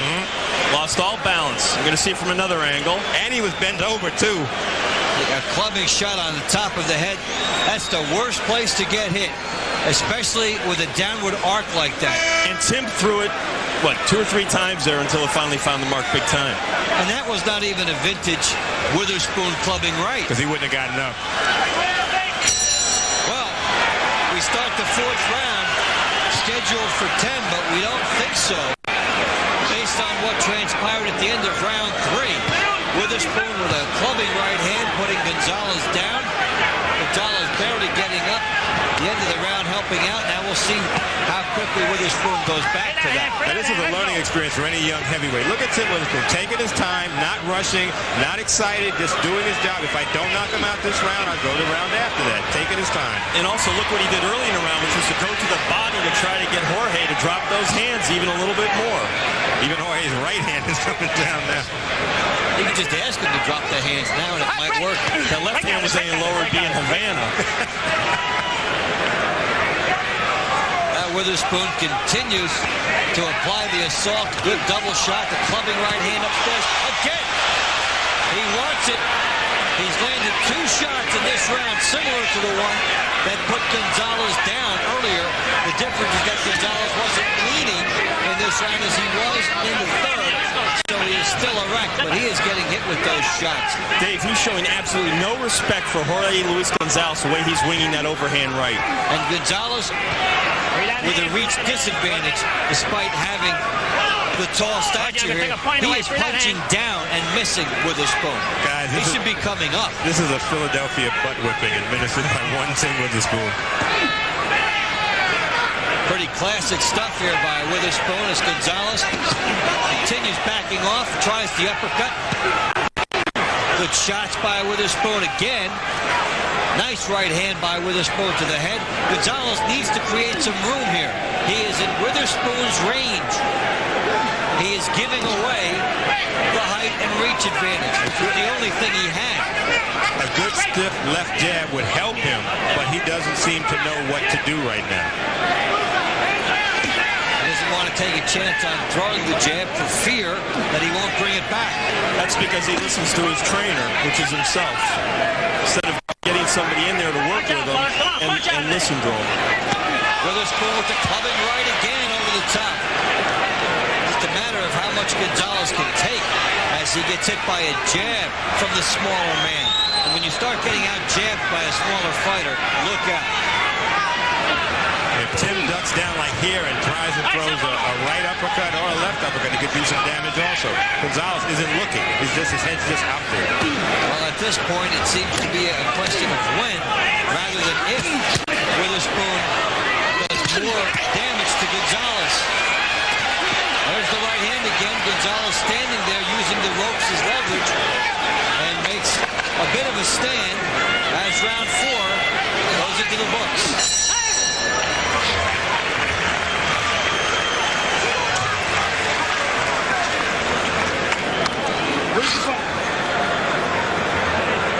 You got to go to the body more to set up the head. Go to the body, then the head will be up there for you. You understand? Go to the body from both sides, and the head will be up there for you. How you feel? Are you all right? Mm-hmm. Good. This is mouthpiece. Good. I got it. Bring it from the body to the head. Tim, go to his body. You got to get your rhythm. Yeah. Stay with your rhythm. You're falling out of your rhythm. Yeah. Think. I'm thinking. You're going to think about boxing. Go to his body. Then the head will open up.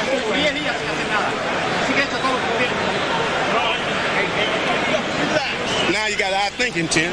Just eye thinking. Every now and then, put it straight right here. Yeah, go to the body and set it up from the body. Stay on the stool. Stay on the stool. Stay on the stool. I got it. I'm thinking, Tim. I'm thinking. We start round 5, scheduled for 10.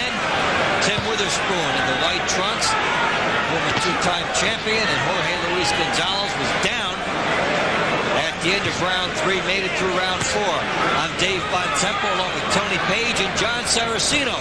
Glad you're with us here as Witherspoon trying to move in for the knockout. We heard something very interesting between rounds in Tim Witherspoon's corner. Whit Lowry and Tommy Gallagher cautioning Tim Witherspoon not to get away from his game plan, which is to be really more clever, and the big bombs will come. He really, a couple times in that round, he left himself open to harm's way. And I tell you what, Jorge Luis Gonzalez, with that one shot, it could be a right uppercut or a short right hand, still has the power to end the fight with one punch. So Witherspoon's people telling him essentially, Bob and weave, get in there, go to the body, and just continue to work. Don't lunge. That's a good point. He started bobbing and weaving early, and Gonzalez can't hit him. I mean, he can't hit him when he's standing still. Now he's going to move and make it twice as difficult for him. Well, I think Tim got a little greedy after that knockdown in the 3rd round, which was understandable. Naturally. Thought he had the chance to end the fight. There's a right hand. There was that uppercut, and Gonzalez, that's why he's laying on the ropes. He's hoping to catch Tim coming in. Tim's trying to shoot his right uppercut. Also, when you see a guy against the ropes, you know his legs aren't probably what they should be, and that's a function of age and training. And Tim should start pounding the body right now. Well, Witherspoon goes to work against Gonzalez, who has those spaghetti legs here. He's been hit to the body by Witherspoon. He's been knocked down. Witherspoon went for the clubbing rights in the last round, and there he goes again. And continues to work inside pretty smartly. Witherspoon doesn't pay too much of a price thus far getting in. Witherspoon is just chopping him down, very methodical. Watch for the uppercut from Tim. And also Gonzalez. You get a good look at Witherspoon's defense, how he covers up, and then a good right hand. Big shot by Witherspoon. Gonzalez wants to land the uppercut. The hook is there as well. It's home run derby for these guys. Heavyweights slugging it out. The problem is looks like Canseco. His target practice now for Witherspoon. He's really going after Gonzalez. He's got him trapped. He can still land that uppercut because his head's just sitting there. That's it. That's it. That's it. And a shot in the back of the head, which wasn't necessary. The referee too slow in getting over. I'm glad they stopped this one. They go through the preliminary motion of the count. Referee was too slow in getting over, and Gonzalez took one shot to the back of the head, which was not necessary. There was no need for the referee to continue the count. Just stop it at that point and get the doctor in there. And there was no need for the last right hand to get in. Referee was too slow. And these shots by Witherspoon as he teed off, he knew when to gamble. Gonzalez, really a victim of his own making here because he laid in the corner, hoping to bring Witherspoon to him so he could land the uppercut, and it's the corner which eventually trapped Gonzalez. If you're not used to fighting with your back against the ropes, when you do that, that means you're tired. Here's where it is now. Witherspoon lands the shot. Look how he takes his time. Gonzalez wants him in there, but now Gonzalez has nowhere to go, and that's a big shot by Witherspoon.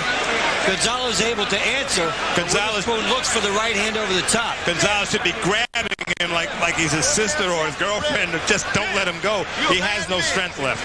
No, he cannot hold Witherspoon off, and though he's surviving for the moment, watch for Witherspoon Bob to turn it around. Witherspoon gets some space. Good uppercut. He will step back a little bit, and that comes in. Then the hook. Now it's the beginning of the end. Now, Gonzalez is on no footing at all.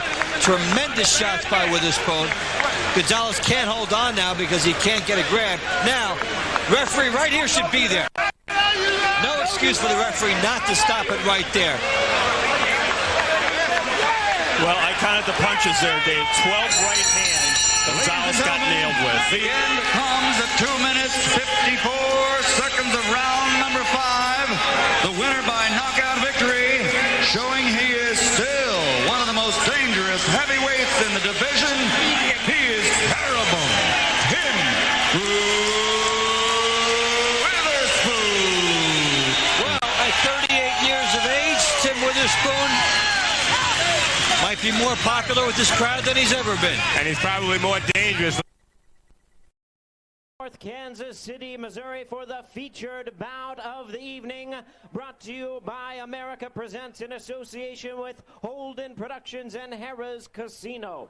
This bout is sanctioned by the Missouri Office of Athletics. The administrator is Tim Lukanoff, physicians Dr. Michael Popa, Dr. James Webb, timekeeper Gordon Neal. Our judges scoring this bout from ringside, Fred Fensom, Bill Evans and Ron Bausch, and a referee in charge. Our third man to the ring, introducing Kevin Champion. All right, fans, here we go with our featured bout of the evening. The big boys of boxing, a heavyweight special attraction, scheduled 10 rounds of boxing. And now, ladies and gentlemen in attendance and boxing fans joining us across the nation, live from Harrah's, North Kansas City, it's time for the main event of the evening. Introducing to you first on my left, fighting out of the red corner, wearing green trunks with black trim, originally from Tampa, Florida, now fighting out of Miami. He weighed in at 235 pounds with a fine record of 14 wins, 1 loss. He has 12 big wins coming by way of knockout. Please welcome the hard-hitting fighter they call Irish, Tommy Martin. And his opponent across the ring, he's ready to fight on my right out of the blue corner in this 10-round main event, wearing red trunks with gold trim, now fighting out of Las Vegas, Nevada by way of Havana, Cuba.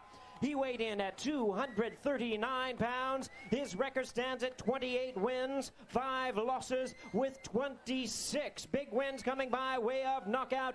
Fresh off of a big knockout win, he is fighting his way back into contention. Please welcome the return of Jorge Luis Gonzalez. All right, you guys know the rules. I expect a good, clean fight. Keep your punches up and obey my commands at all times. Any questions? Either one of you. All right, good luck to both of you. Go back to your corners.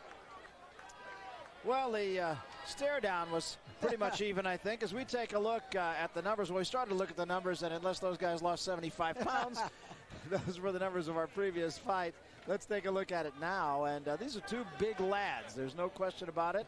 Gonzalez at 6'7", Martin at 6'5", only 4 pounds difference, but 12 years difference. And big opportunity here for Martin. In fact, an opportunity for both guys because Gonzalez, coming off his last performance, was very effective and is just that close to another big shot.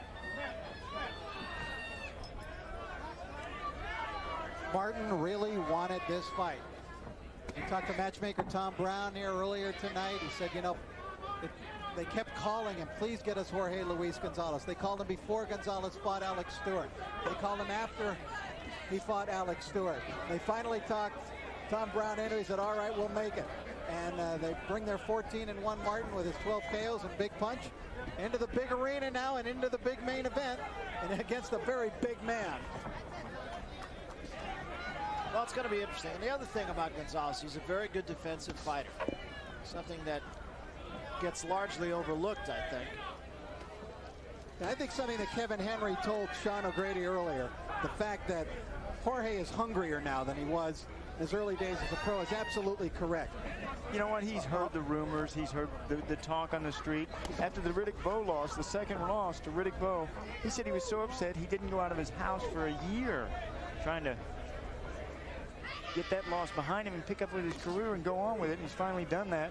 And you know what? When we saw him against Alex Stewart, he really looked focused. He was ready. He was down in weight. He wasn't that big, ostentatious, obnoxious person that we saw early in his career that thought he was just going to walk through everyone. You know, he had so much success as an amateur, he thought he was going to have the same kind of success as a pro. But welcome to professional boxing. His record suffered from it, 28-5 with 26 KOs. Says in the ring, he's a boxer-puncher. For Tommy Martin, Irish Tommy Martin, that's him you're looking at. Like I needed to tell everyone, he's got Ireland written all over him. He is a boxer brawler in the ring, he says. He's adaptable. His best punch, he says, the jab. Tommy Martin, 12 KOs in his 14 wins. But, you know, concerning that hunger factor, a hotel in Las Vegas signed Gonzalez to a ridiculously large contract at the very beginning of his professional career, and basically did not bother bringing him up the ladder, but feeding him a lot of cupcakes along the way. And you see that a lot in boxing. When you give these fighters, you know, money and roll out the red carpet for them, they become spoiled and they lose their motivation. A lot of times in boxing, a hungry fighter is a good fighter, and Tommy Martin is hungry. You know, they both have wanted to get a champion in the ring, and tonight they've got Kevin Champion as the third man in the ring. Well, this is a guy that not only fought cupcakes, he ate too many of them too, and that was one of his problems early on as well. End of one. Long distance speeds apply. I've heard that sound 100 times. Morning. Greeting available only between the hours of 5 a.m. and 12 p.m. It can only mean one thing. This was a cellular town. Greetings apply. Zone A to B, B to C, C to D. From 3 a.m. and 5 a.m. on weekdays. Fly with roaming charges. I'm no hero. I'm just a guy with a better way. The Sprint PCS Free and Clear plan. Now as little as a dime anytime with free long distance.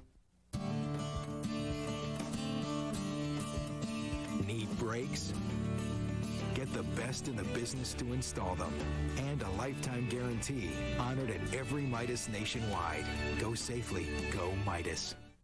Just what did you do to those sharks? She screwed with the sharks, and now the sharks are screwing with us. Feeding time.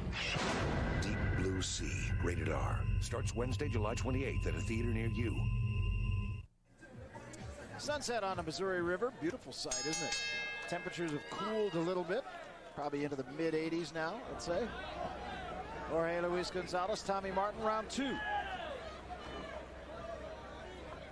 Gonzalez had an absolutely fabulous amateur career. We mentioned earlier his wins over Riddick Bowe and Lennox Lewis as an amateur. Those came, believe it or not, on successive nights. And due to the Cuban boycott of 2 consecutive Olympics, Jorge Luis Gonzalez never got to go to the Olympic Games. However, at the age of 17, he defeated the great Teofilo Stevenson and went on to beat him 3 more times. Ended up with an amateur record of 220 wins with only 13 losses, 169 knockouts. Man, that's a lot of knockouts. But you talked about a hungry fighter. He came to the United States. He was not a hungry fighter by his own admission. He says his priorities have changed. He's not into the nightlife quite as much as he was. He knows he's got 1 chance left, and he's trying to make the most of it. He says, now I fight with a fury. I want to KO everyone in my division. And he has a nice jab there. You know, big heavyweight, 6'7". He has an 82-inch reach. Wow, nice left hook from Tommy. Well, Tommy, and we've said this a couple of times already, is not awed by the presence of Gonzalez. I mean, he's there to fight. Gonzalez at 239 tonight. Is a pound less than he weighed for his fight with Alex Stewart. 10 pounds less than he weighed for his losing efforts against Tim Witherspoon. Actually, 11 pounds less. Against Witherspoon and Michael Grant, he weighed 250. Tonight, coming into the ring at 239. Tried to work the body there. You know, if Gonzalez wouldn't have been so hard-headed when he first came into the pros and really would have lined himself up with an outstanding trainer, listened to the trainer, and trained, he might have really turned into a good heavyweight. And he still feels that there's time, and that may still be the case. Well, he does have skills. There's no question about it. Got an excellent jab, and as we said, a good defensive fighter. Good right hand there. And at 34 years old, the clock is ticking. By the time you get to be 34, you realize that this is going to end very soon. What is it like to be 34, Rich? I don't know. I'm not 34 yet. I'll let you know when I get there. Wouldn't you agree, though, that heavyweights seem to be able to extend their careers a little longer than the lighter weight? No doubt. No doubt. Yes, they do. The heavyweights certainly do.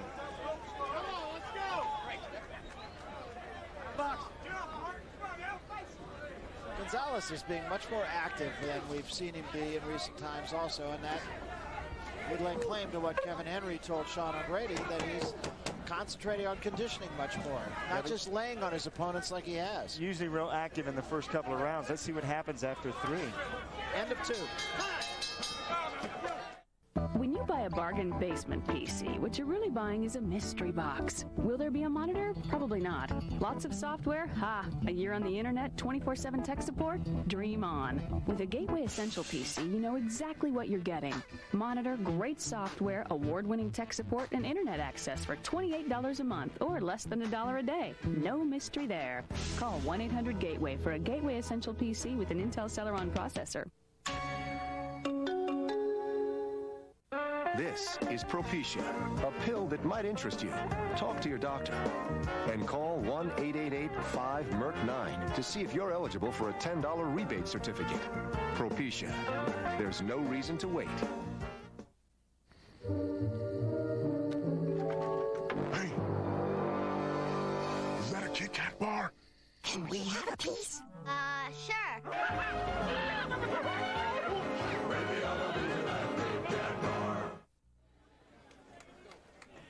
Just a reminder, Fox Sports News Primetime comes your way every night at 10 right here on Fox Sports Net. Join Keith Olbermann and Kevin Frazier. They'll tell you everything that happened during the sports day. All the scores, all the highlights, all the breaking stories on Fox Sports News Primetime at 10. We start round number 3. Jorge Luis Gonzalez in the red trunks and Tommy Martin in the green. Martin's not been able to get off yet.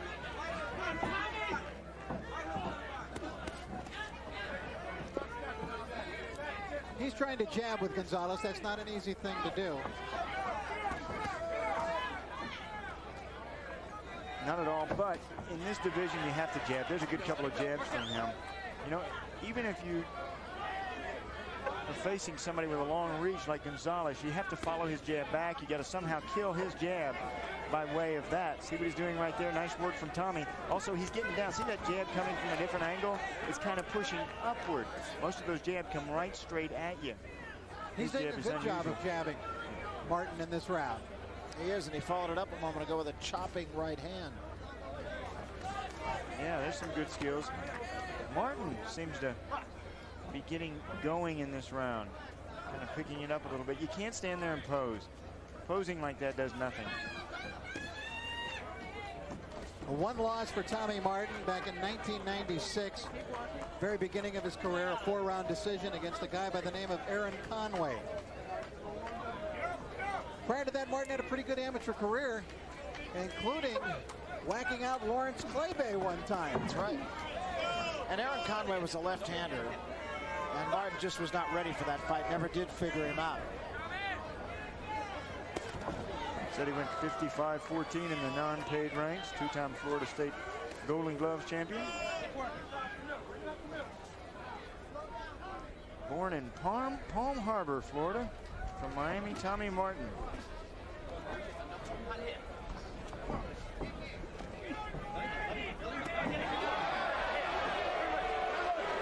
Gonzalez says, let me out of here. Yeah. Tommy was trying to tackle him. Yeah, it looked like he was trying to turn it into a street fight there.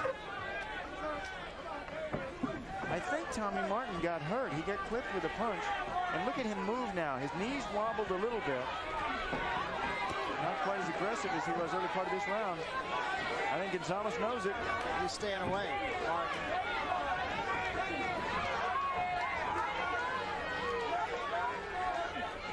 Martin had been doing a good job for a couple of minutes in this round before he got nailed.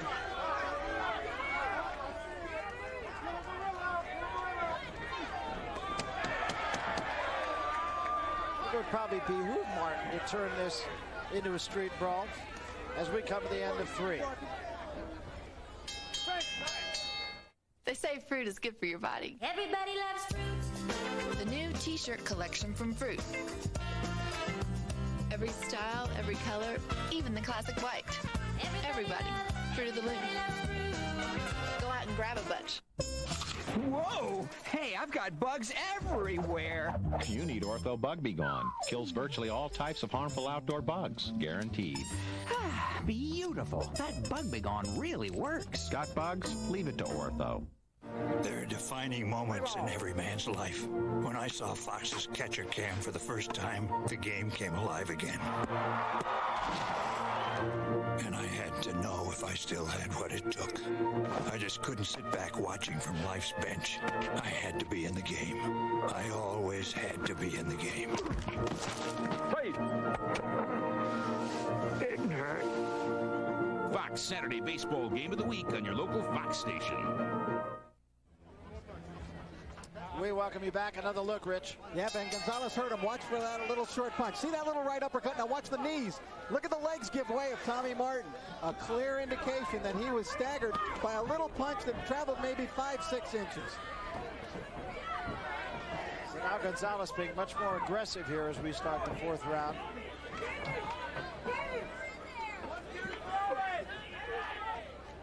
Right now, let's go over to the corner of Tommy Martin where Sean O'Grady is. Sean? Thanks, guys. Tommy Torino is Tommy Martin's corner man. Tom, it looked like he got hurt with a right uppercut. Did he get hurt? No, Tommy takes a real good punch. I mean, Gonzalez hit him with a shot, but Tommy shook it off. He's coming back. You know, he's going to get back into his game plan now. I think he shook the cobwebs. You know, he's back into his game plan now of boxing, moving. Yeah, what is his game plan?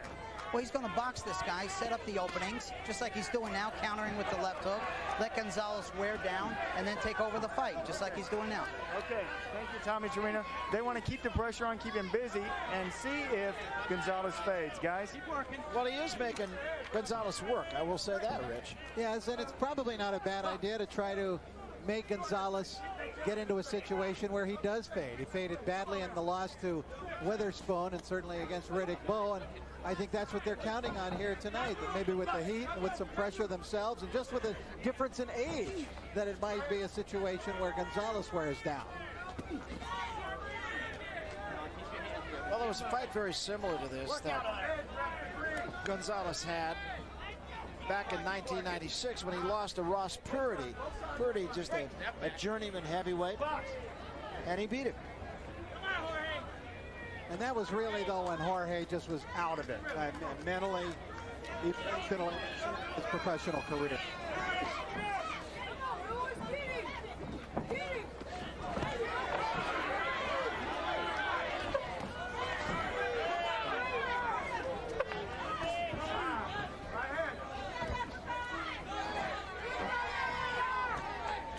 Gonzalez is really hoping that he can get an impressive performance here tonight, Barry. He wants to get into the Mike Tyson picture. He wants to be in the sweepstakes to fight Tyson. That was a swing and a miss. Even Gonzalez will laugh that one off. That's embarrassing. He had gotten there actually with a couple of pretty good uppercuts just before that miss. You know, Gonzalez, getting back to my point, though, has been mentioned as a possible opponent for Mike Tyson. He is not currently in the top 3 of the prospects who are negotiating with Tyson, those being Buster Douglas, Orlin Norris, and Zelko Mavrovic. But he's hoping that his chances tonight could really be enhanced if he was impressive. But he really wants Tyson. Coming to the end of the 4th round now. And we'll be back. Just what the hell did you do to those sharks? We used gene therapies to increase their brain mass. As a side effect, the sharks got smarter. She screwed with the sharks, and now the sharks, they're screwing with us. What happens if she escapes? The oceans would be theirs. Feeding time. Deep Blue Sea, rated R. Starts Wednesday, July 28th at a theater near you. When you buy a bargain basement PC, what you're really buying is a mystery box. Will there be a monitor? Probably not. Lots of software? Ha! A year on the internet, 24/7 tech support? Dream on. With a Gateway Essential PC, you know exactly what you're getting. Monitor, great software, award-winning tech support, and internet access for $28 a month or less than $1 a day. No mystery there. Call 1-800-GATEWAY for a Gateway Essential PC with an Intel Celeron processor.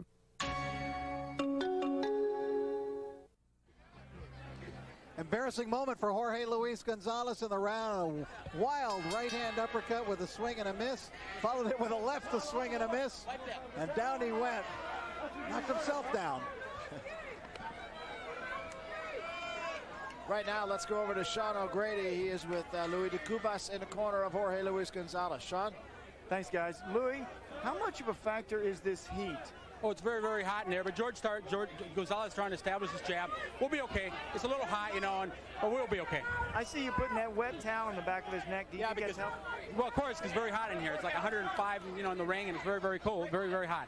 Plus, Tommy, Martin's pretty tough. Did you expect this? No, I never expected him to be that tough, but he's a tough kid. But Jorge's starting to get to him now. He's a tough kid. Anybody who's 14-1, it's got to be tough, you know what I mean? Okay, well, you got some tough guys in there. Okay, back over to Barry and Rich. You guys are both tough. We are, absolutely. And don't want any part of either one of these two guys. Your scorecard, Rich. 2-point edge for Gonzalez. 3 rounds to 1 after 4 rounds. I thought Jorge Luis has pretty much controlled the action for the first 4 rounds. Although Martin has performed better than we had reason to think, in as much as he was stepping up so much in class from the low-level opposition that he fought before.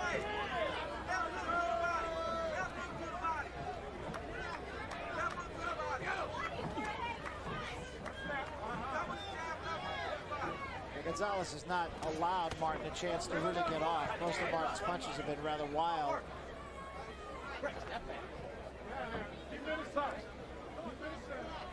Well, when Martin gets close to him, a lot of times Jorge Luis will just wrap those big long arms and it's around his head. Martin that time lunging at Gonzalez.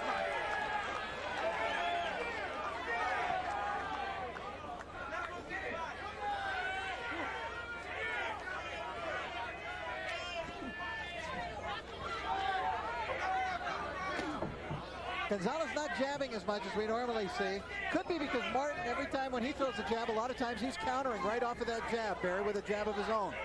It's not a bad idea against an aggressive opponent like Martin, who every now and then will just go for broke. Good right hand by Gonzalez to the top of the head of Martin.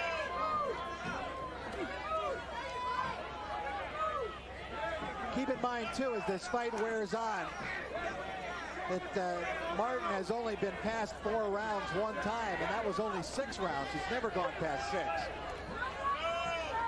Now there's a cut, and it appears to be, actually looks like it's under the eye of Martin. It's a little hard to tell. There's a good right hand, and that staggered Martin, and another staggers him.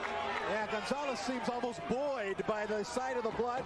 Those 2 right hands were headed right in that direction. Jorge Luis really snapped those rights. There's that jab. Very good round for Gonzalez.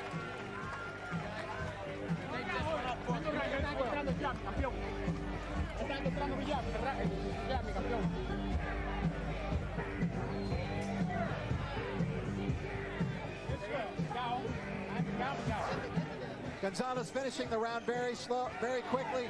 Look at that right hand, right on the blood. It seemed almost as soon as the blood appeared, Jorge Luis went right to work on it.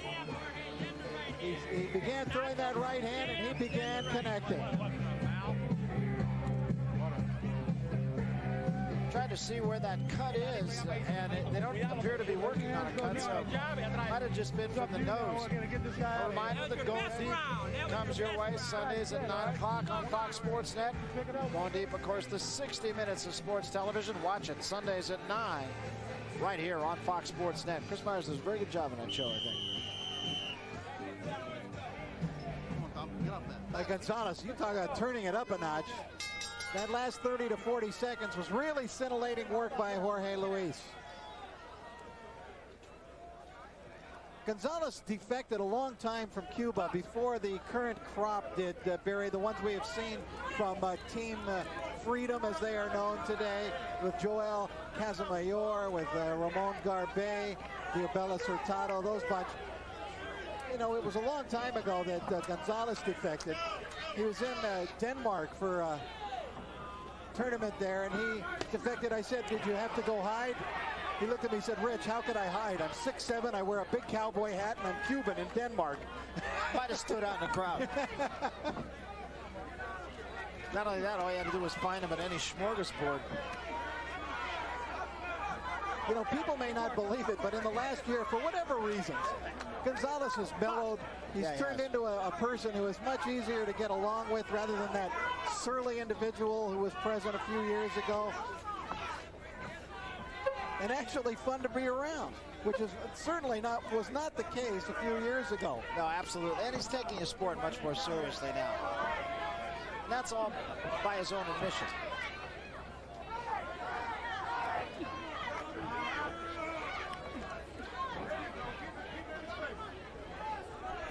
Now, is just jabbing Martin, setting everything up with the jab now. Usually the right cross coming behind it, but there he showed he could bury a right to the body behind the jab as well. Martin doesn't really seem to have any answers for Gonzalez.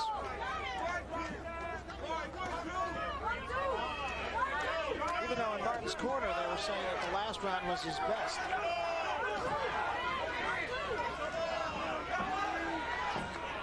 I don't know if Tommy believed them. Blood now also coming from the mouth of Martin. There was a right hand again, and Martin again saw his knees give way. That looked like the old Satchel Paige hesitation pitch. Gonzalez actually held up in mid-swing and then finished off the right.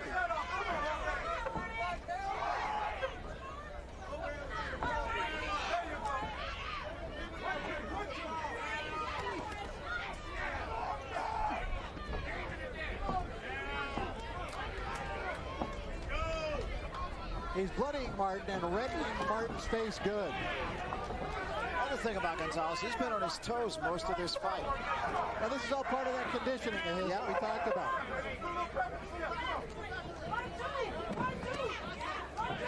This was a guy who a few years ago whose idea of conditioning was eating a lot, going out with a lot of girls.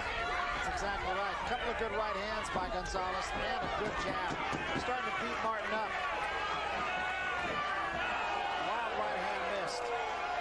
Coming to the end of the round. We'll be back. How come so many professional athletes wear copper bracelets? Hey, that's Chichi Rodriguez. I think my energy band improves my golf game. Now you too can have the Chichi Rodriguez Energy Band. It combines the power of copper with the harmonizing power of magnetics. He really looks good, too. The Energy Band is beautifully crafted from solid copper, then electroplated in genuine 24-karat gold with a stunning white gold accent. Patent-pending magnets make it truly unique, and it's designed to comfortably fit your wrist. Copper and magnetic bracelets sell in catalogs for up to $150 and more. But the Chi-Chi Rodriguez Energy Band is yours for only $19.95. Order yours now while supplies last. That's being a winner. To order, use your credit card and call 1-800-852-4440. That's 1-800-852-4440. Or send check or money order to the address on your screen. Call and order right now. We welcome you back. The sun starts to set, but it is still very hot. Jorge Luis Gonzalez has been pretty hot here, too, as we start the 7th round. He's starting to bust up Tommy Martin now. Gonzalez in the last 2 rounds has really seemed to find a rhythm, a good rhythm, basing it all on the left jab. And a 4-point edge now for Gonzalez on your card, Rich.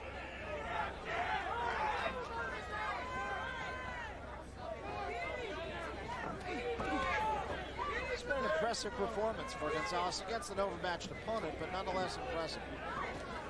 Yeah, in his fight with Alex Stewart, he was impressive in his ability to, as Marvelous Marvin Hagler used to call it, destruct and destroy as soon as he got a man in trouble, in that case, Alex Stewart. Tonight, impressive in keeping to a game plan, getting better now as the fight wears on, getting into a rhythm and showing some of the skills that were always there but were never really put to the best use.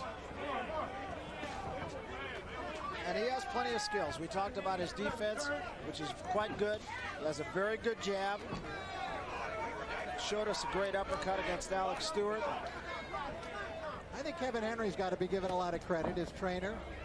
Those two have seemed to click. For whatever reason, Gonzalez could never click with any other trainers, but with Kevin Henry, he has, and he's been willing to listen. Well, he also had a back problem for a long time, and he says is better now, too.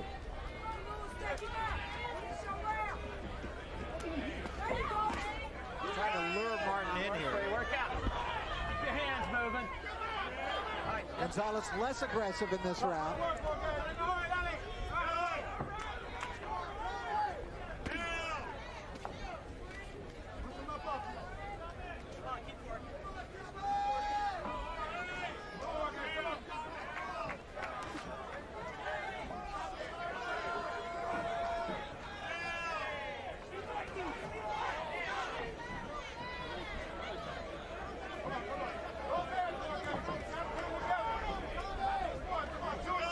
Last summer, Jorge Luis Gonzalez fought a really dreadful fight with Kyle Wolfgram at a pay-per-view show down in San Antonio.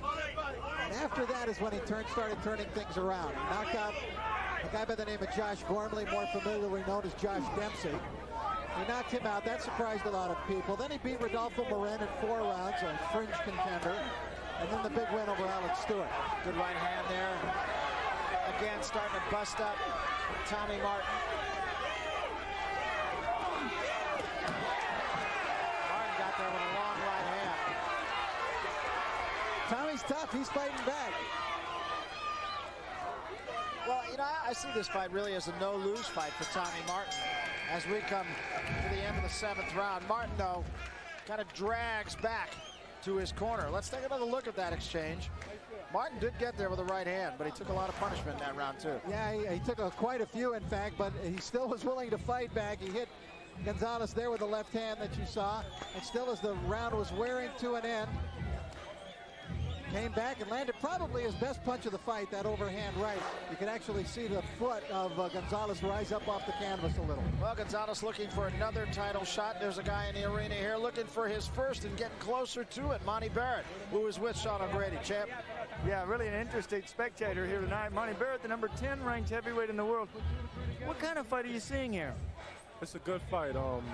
Martin, he needs to settle down and start depending on his left hook a little bit more. Jorge Gonzalez has a lot of confidence right now, and he got his bounce, he got his jab working, he's throwing all type of punches, but I like that he got Martin.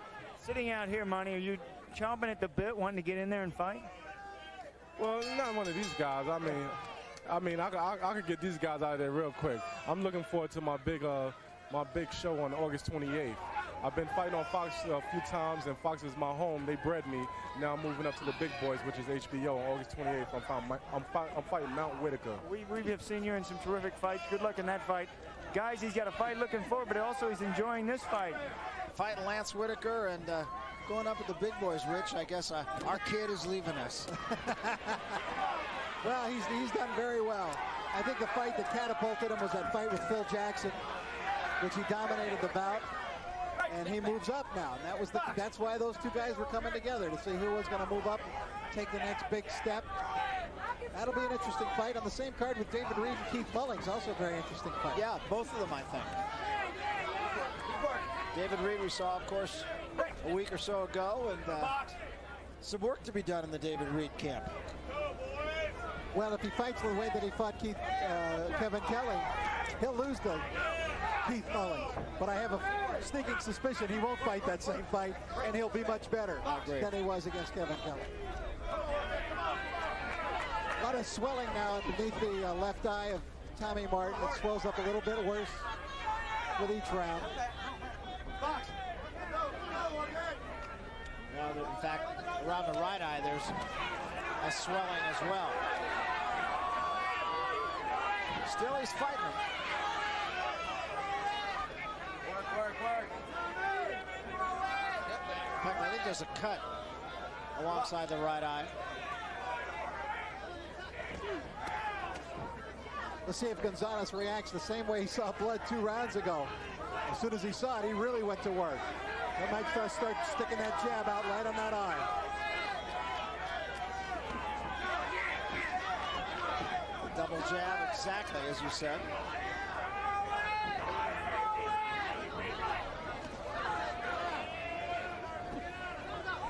Gonzalez just working that jab now.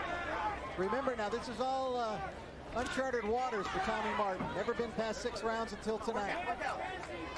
And he's taken a pretty good beating in the last 3-4 rounds.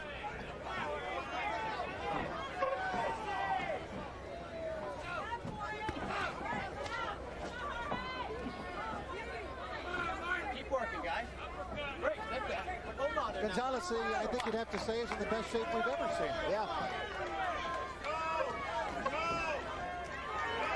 Yeah, it really has, because he's been active. This has not just been a fight where he's put it on cruise control.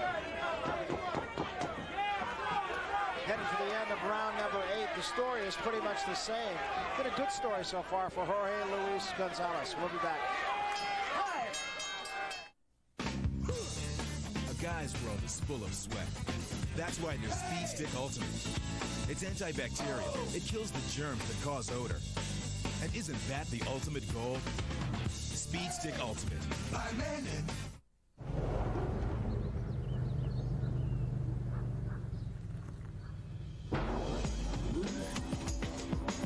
Select road. Validating tires. What kind of road can you drive on with BF Goodrich tires? Approved.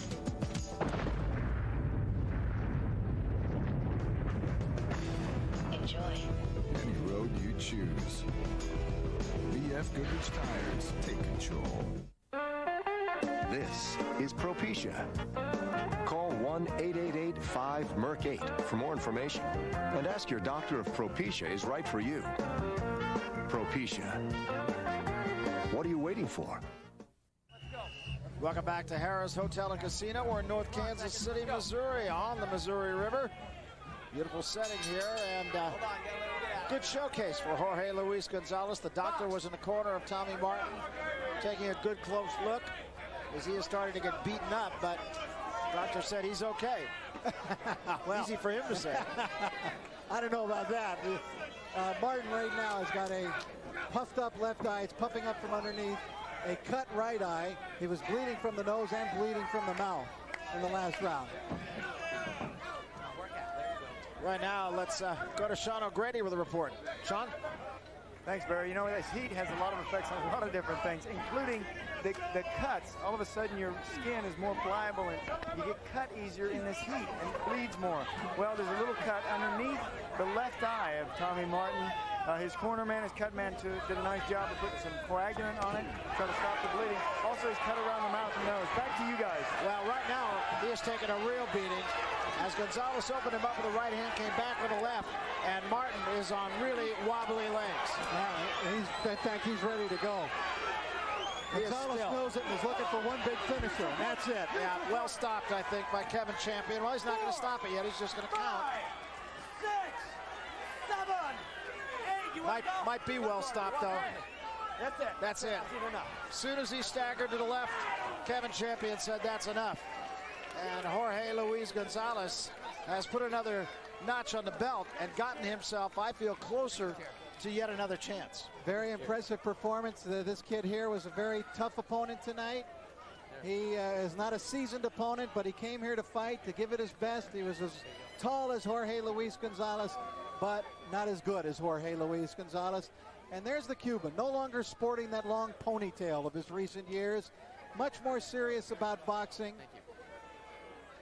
and getting in condition, and he sees the effect of it. That's the main thing, you know. You get in shape, then you're rewarded, and it certainly encourages you to go back out and get in shape again. Well, and really, this is not so much about Tommy Martin. I think we'll probably see him again. He gave a creditable performance, at least in trying to fight with Jorge Luis Gonzalez. This is really about this man, and he's really brought himself back from you know, a guy who just sort of showed up and tried to win on innate ability, and now he's given himself the best chance to win in every fight. Yeah, I think he's ready to re-enter the real mix once again. Very important performance tonight in terms of being in condition. And look at the pinpoint punching by Jorge Luis Gonzalez. Not missing with much anymore. All of those punches were landing. Did you see that? There was 5 straight punches that landed. Still looking to set up his man, though, as he chases him across the ring, knocks him into the ropes and down to one knee. The referee gave him a count, but the corner man for Martin came up the stairs and onto the ring apron, and that was enough to convince the referee, as well as Martin's condition at that point, to give it to call the fight at that point. Yeah, and Kevin Champion actually tried to take a step, told him to take a step forward. He couldn't do it. He went sideways. As soon as he went sideways, Champion said, "That's it. That's enough." And Gonzalez is the winner. We'll jump off the track. We'll come back. We will make it official when we come back to North Kansas City on the Missouri. There's the man of the moment, Jorge Luis Gonzalez. Yo pienso que es lo principal cuando un padre le inculca a un hijo buenos modales, que haga deporte, que vaya a la escuela, que sea buen hijo, que sea buen padre cuando crezca. Y eso fue lo que mi papá y mi mamá hizo con nosotros. Me imagino cómo se debe sentir mi papá cuando me ve jugar en las grandes ligas. Así me gustaría ver a mi hijo Marco jugar en grandes ligas algún día. Puedes ser un aficionado de un niño de tu vecindad. Solo sé un aficionado de tu hijo. Tonight at 9 on a brand new Going Deep. From dirt tracks and back roads to the big bucks of Madison Avenue, get an inside look at the NASCAR boom. Then go one-on-one with Randall Cunningham. I was just trying to win. That's all I cared about. Going Deep, tonight at 9 on Fox Sports Net. Catch Fox Sports News tonight. All the games, the biggest names, breaking stories, and more. Then, when stars talk, Romy gets the last word. It's all good stuff. Fox Sports News tonight, followed by the last word. Tonight, starting at 6. Welcome back to Kansas City on a steamy summer night where Jorge Luis Gonzalez was as hot as the temperature. Did a great job putting away Tommy Martin. Right now, we go to the center of the ring. Jimmy Lennon will make it all official. Ladies and gentlemen, we have the time of 1 minute, 21 seconds of round number 9. Referee in charge, Kevin Champion, takes the advice and suggestion of the corner, stops the contest. The winner by way of technical knockout, Jorge Luis Gonzalez.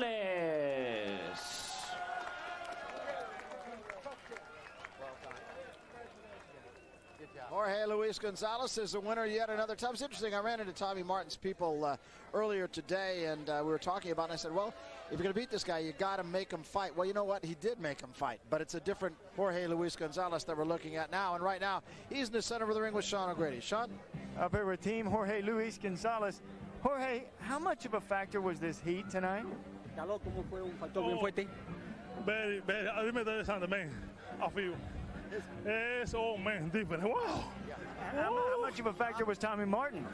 Well, I don't know, man. Remember, I feel, man. Oh man, the human is different. The human is different the Las Vegas, you know what I mean? And Vegas is dry. Here's too humid. Made me feel like a tire, you know what I mean? No snap, you know?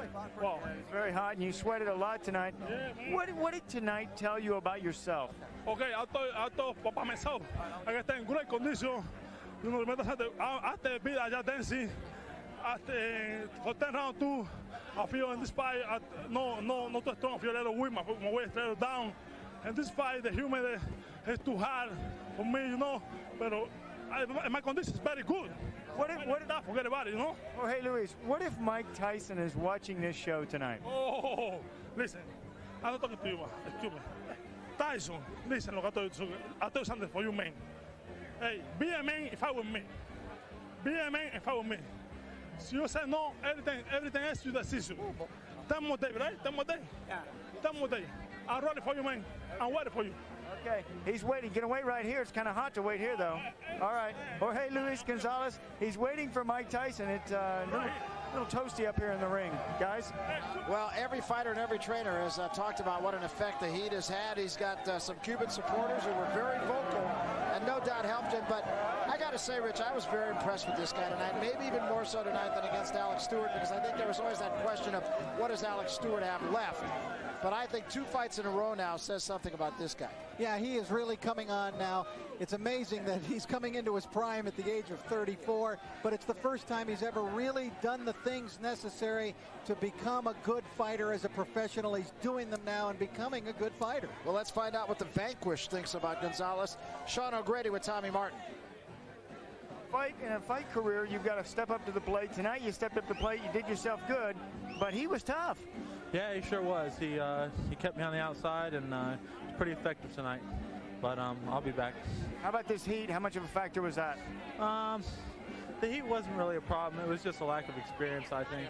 I moved from a 6 to a 10. I'm up for a challenge, and I took it. Tommy, this is a fight that you really wanted tonight. Yeah, why? Jorge Gonzalez is a named fighter, and I just wanted to see what I just decided to step it up tonight. All right, so what's next for you? Go back to the gym and take from the start again. All right, get those cuts healed. Right. Well, you know something? You don't know if you can actually step up until you actually do it. Tonight you stepped up. Now perhaps you can pick up and go on with your career. Tommy Martin, back over to you guys. All right, thanks very much, Sean, and thanks to Tommy Martin. This, as we said, Rich, really kind of a no-lose fight for Tommy Martin. Yeah, I think he actually did himself good. You know, he fought very hard. He proved his toughness. He showed good at times, but you know, against the motivated and in shape Gonzalez, as he said, he just wasn't experienced enough. But he'll be back, I think, Tommy Martin. Yeah, it gives him a barometer of exactly where he's at, what he needs to do to get back into an arena of this scope once again. We'll come back.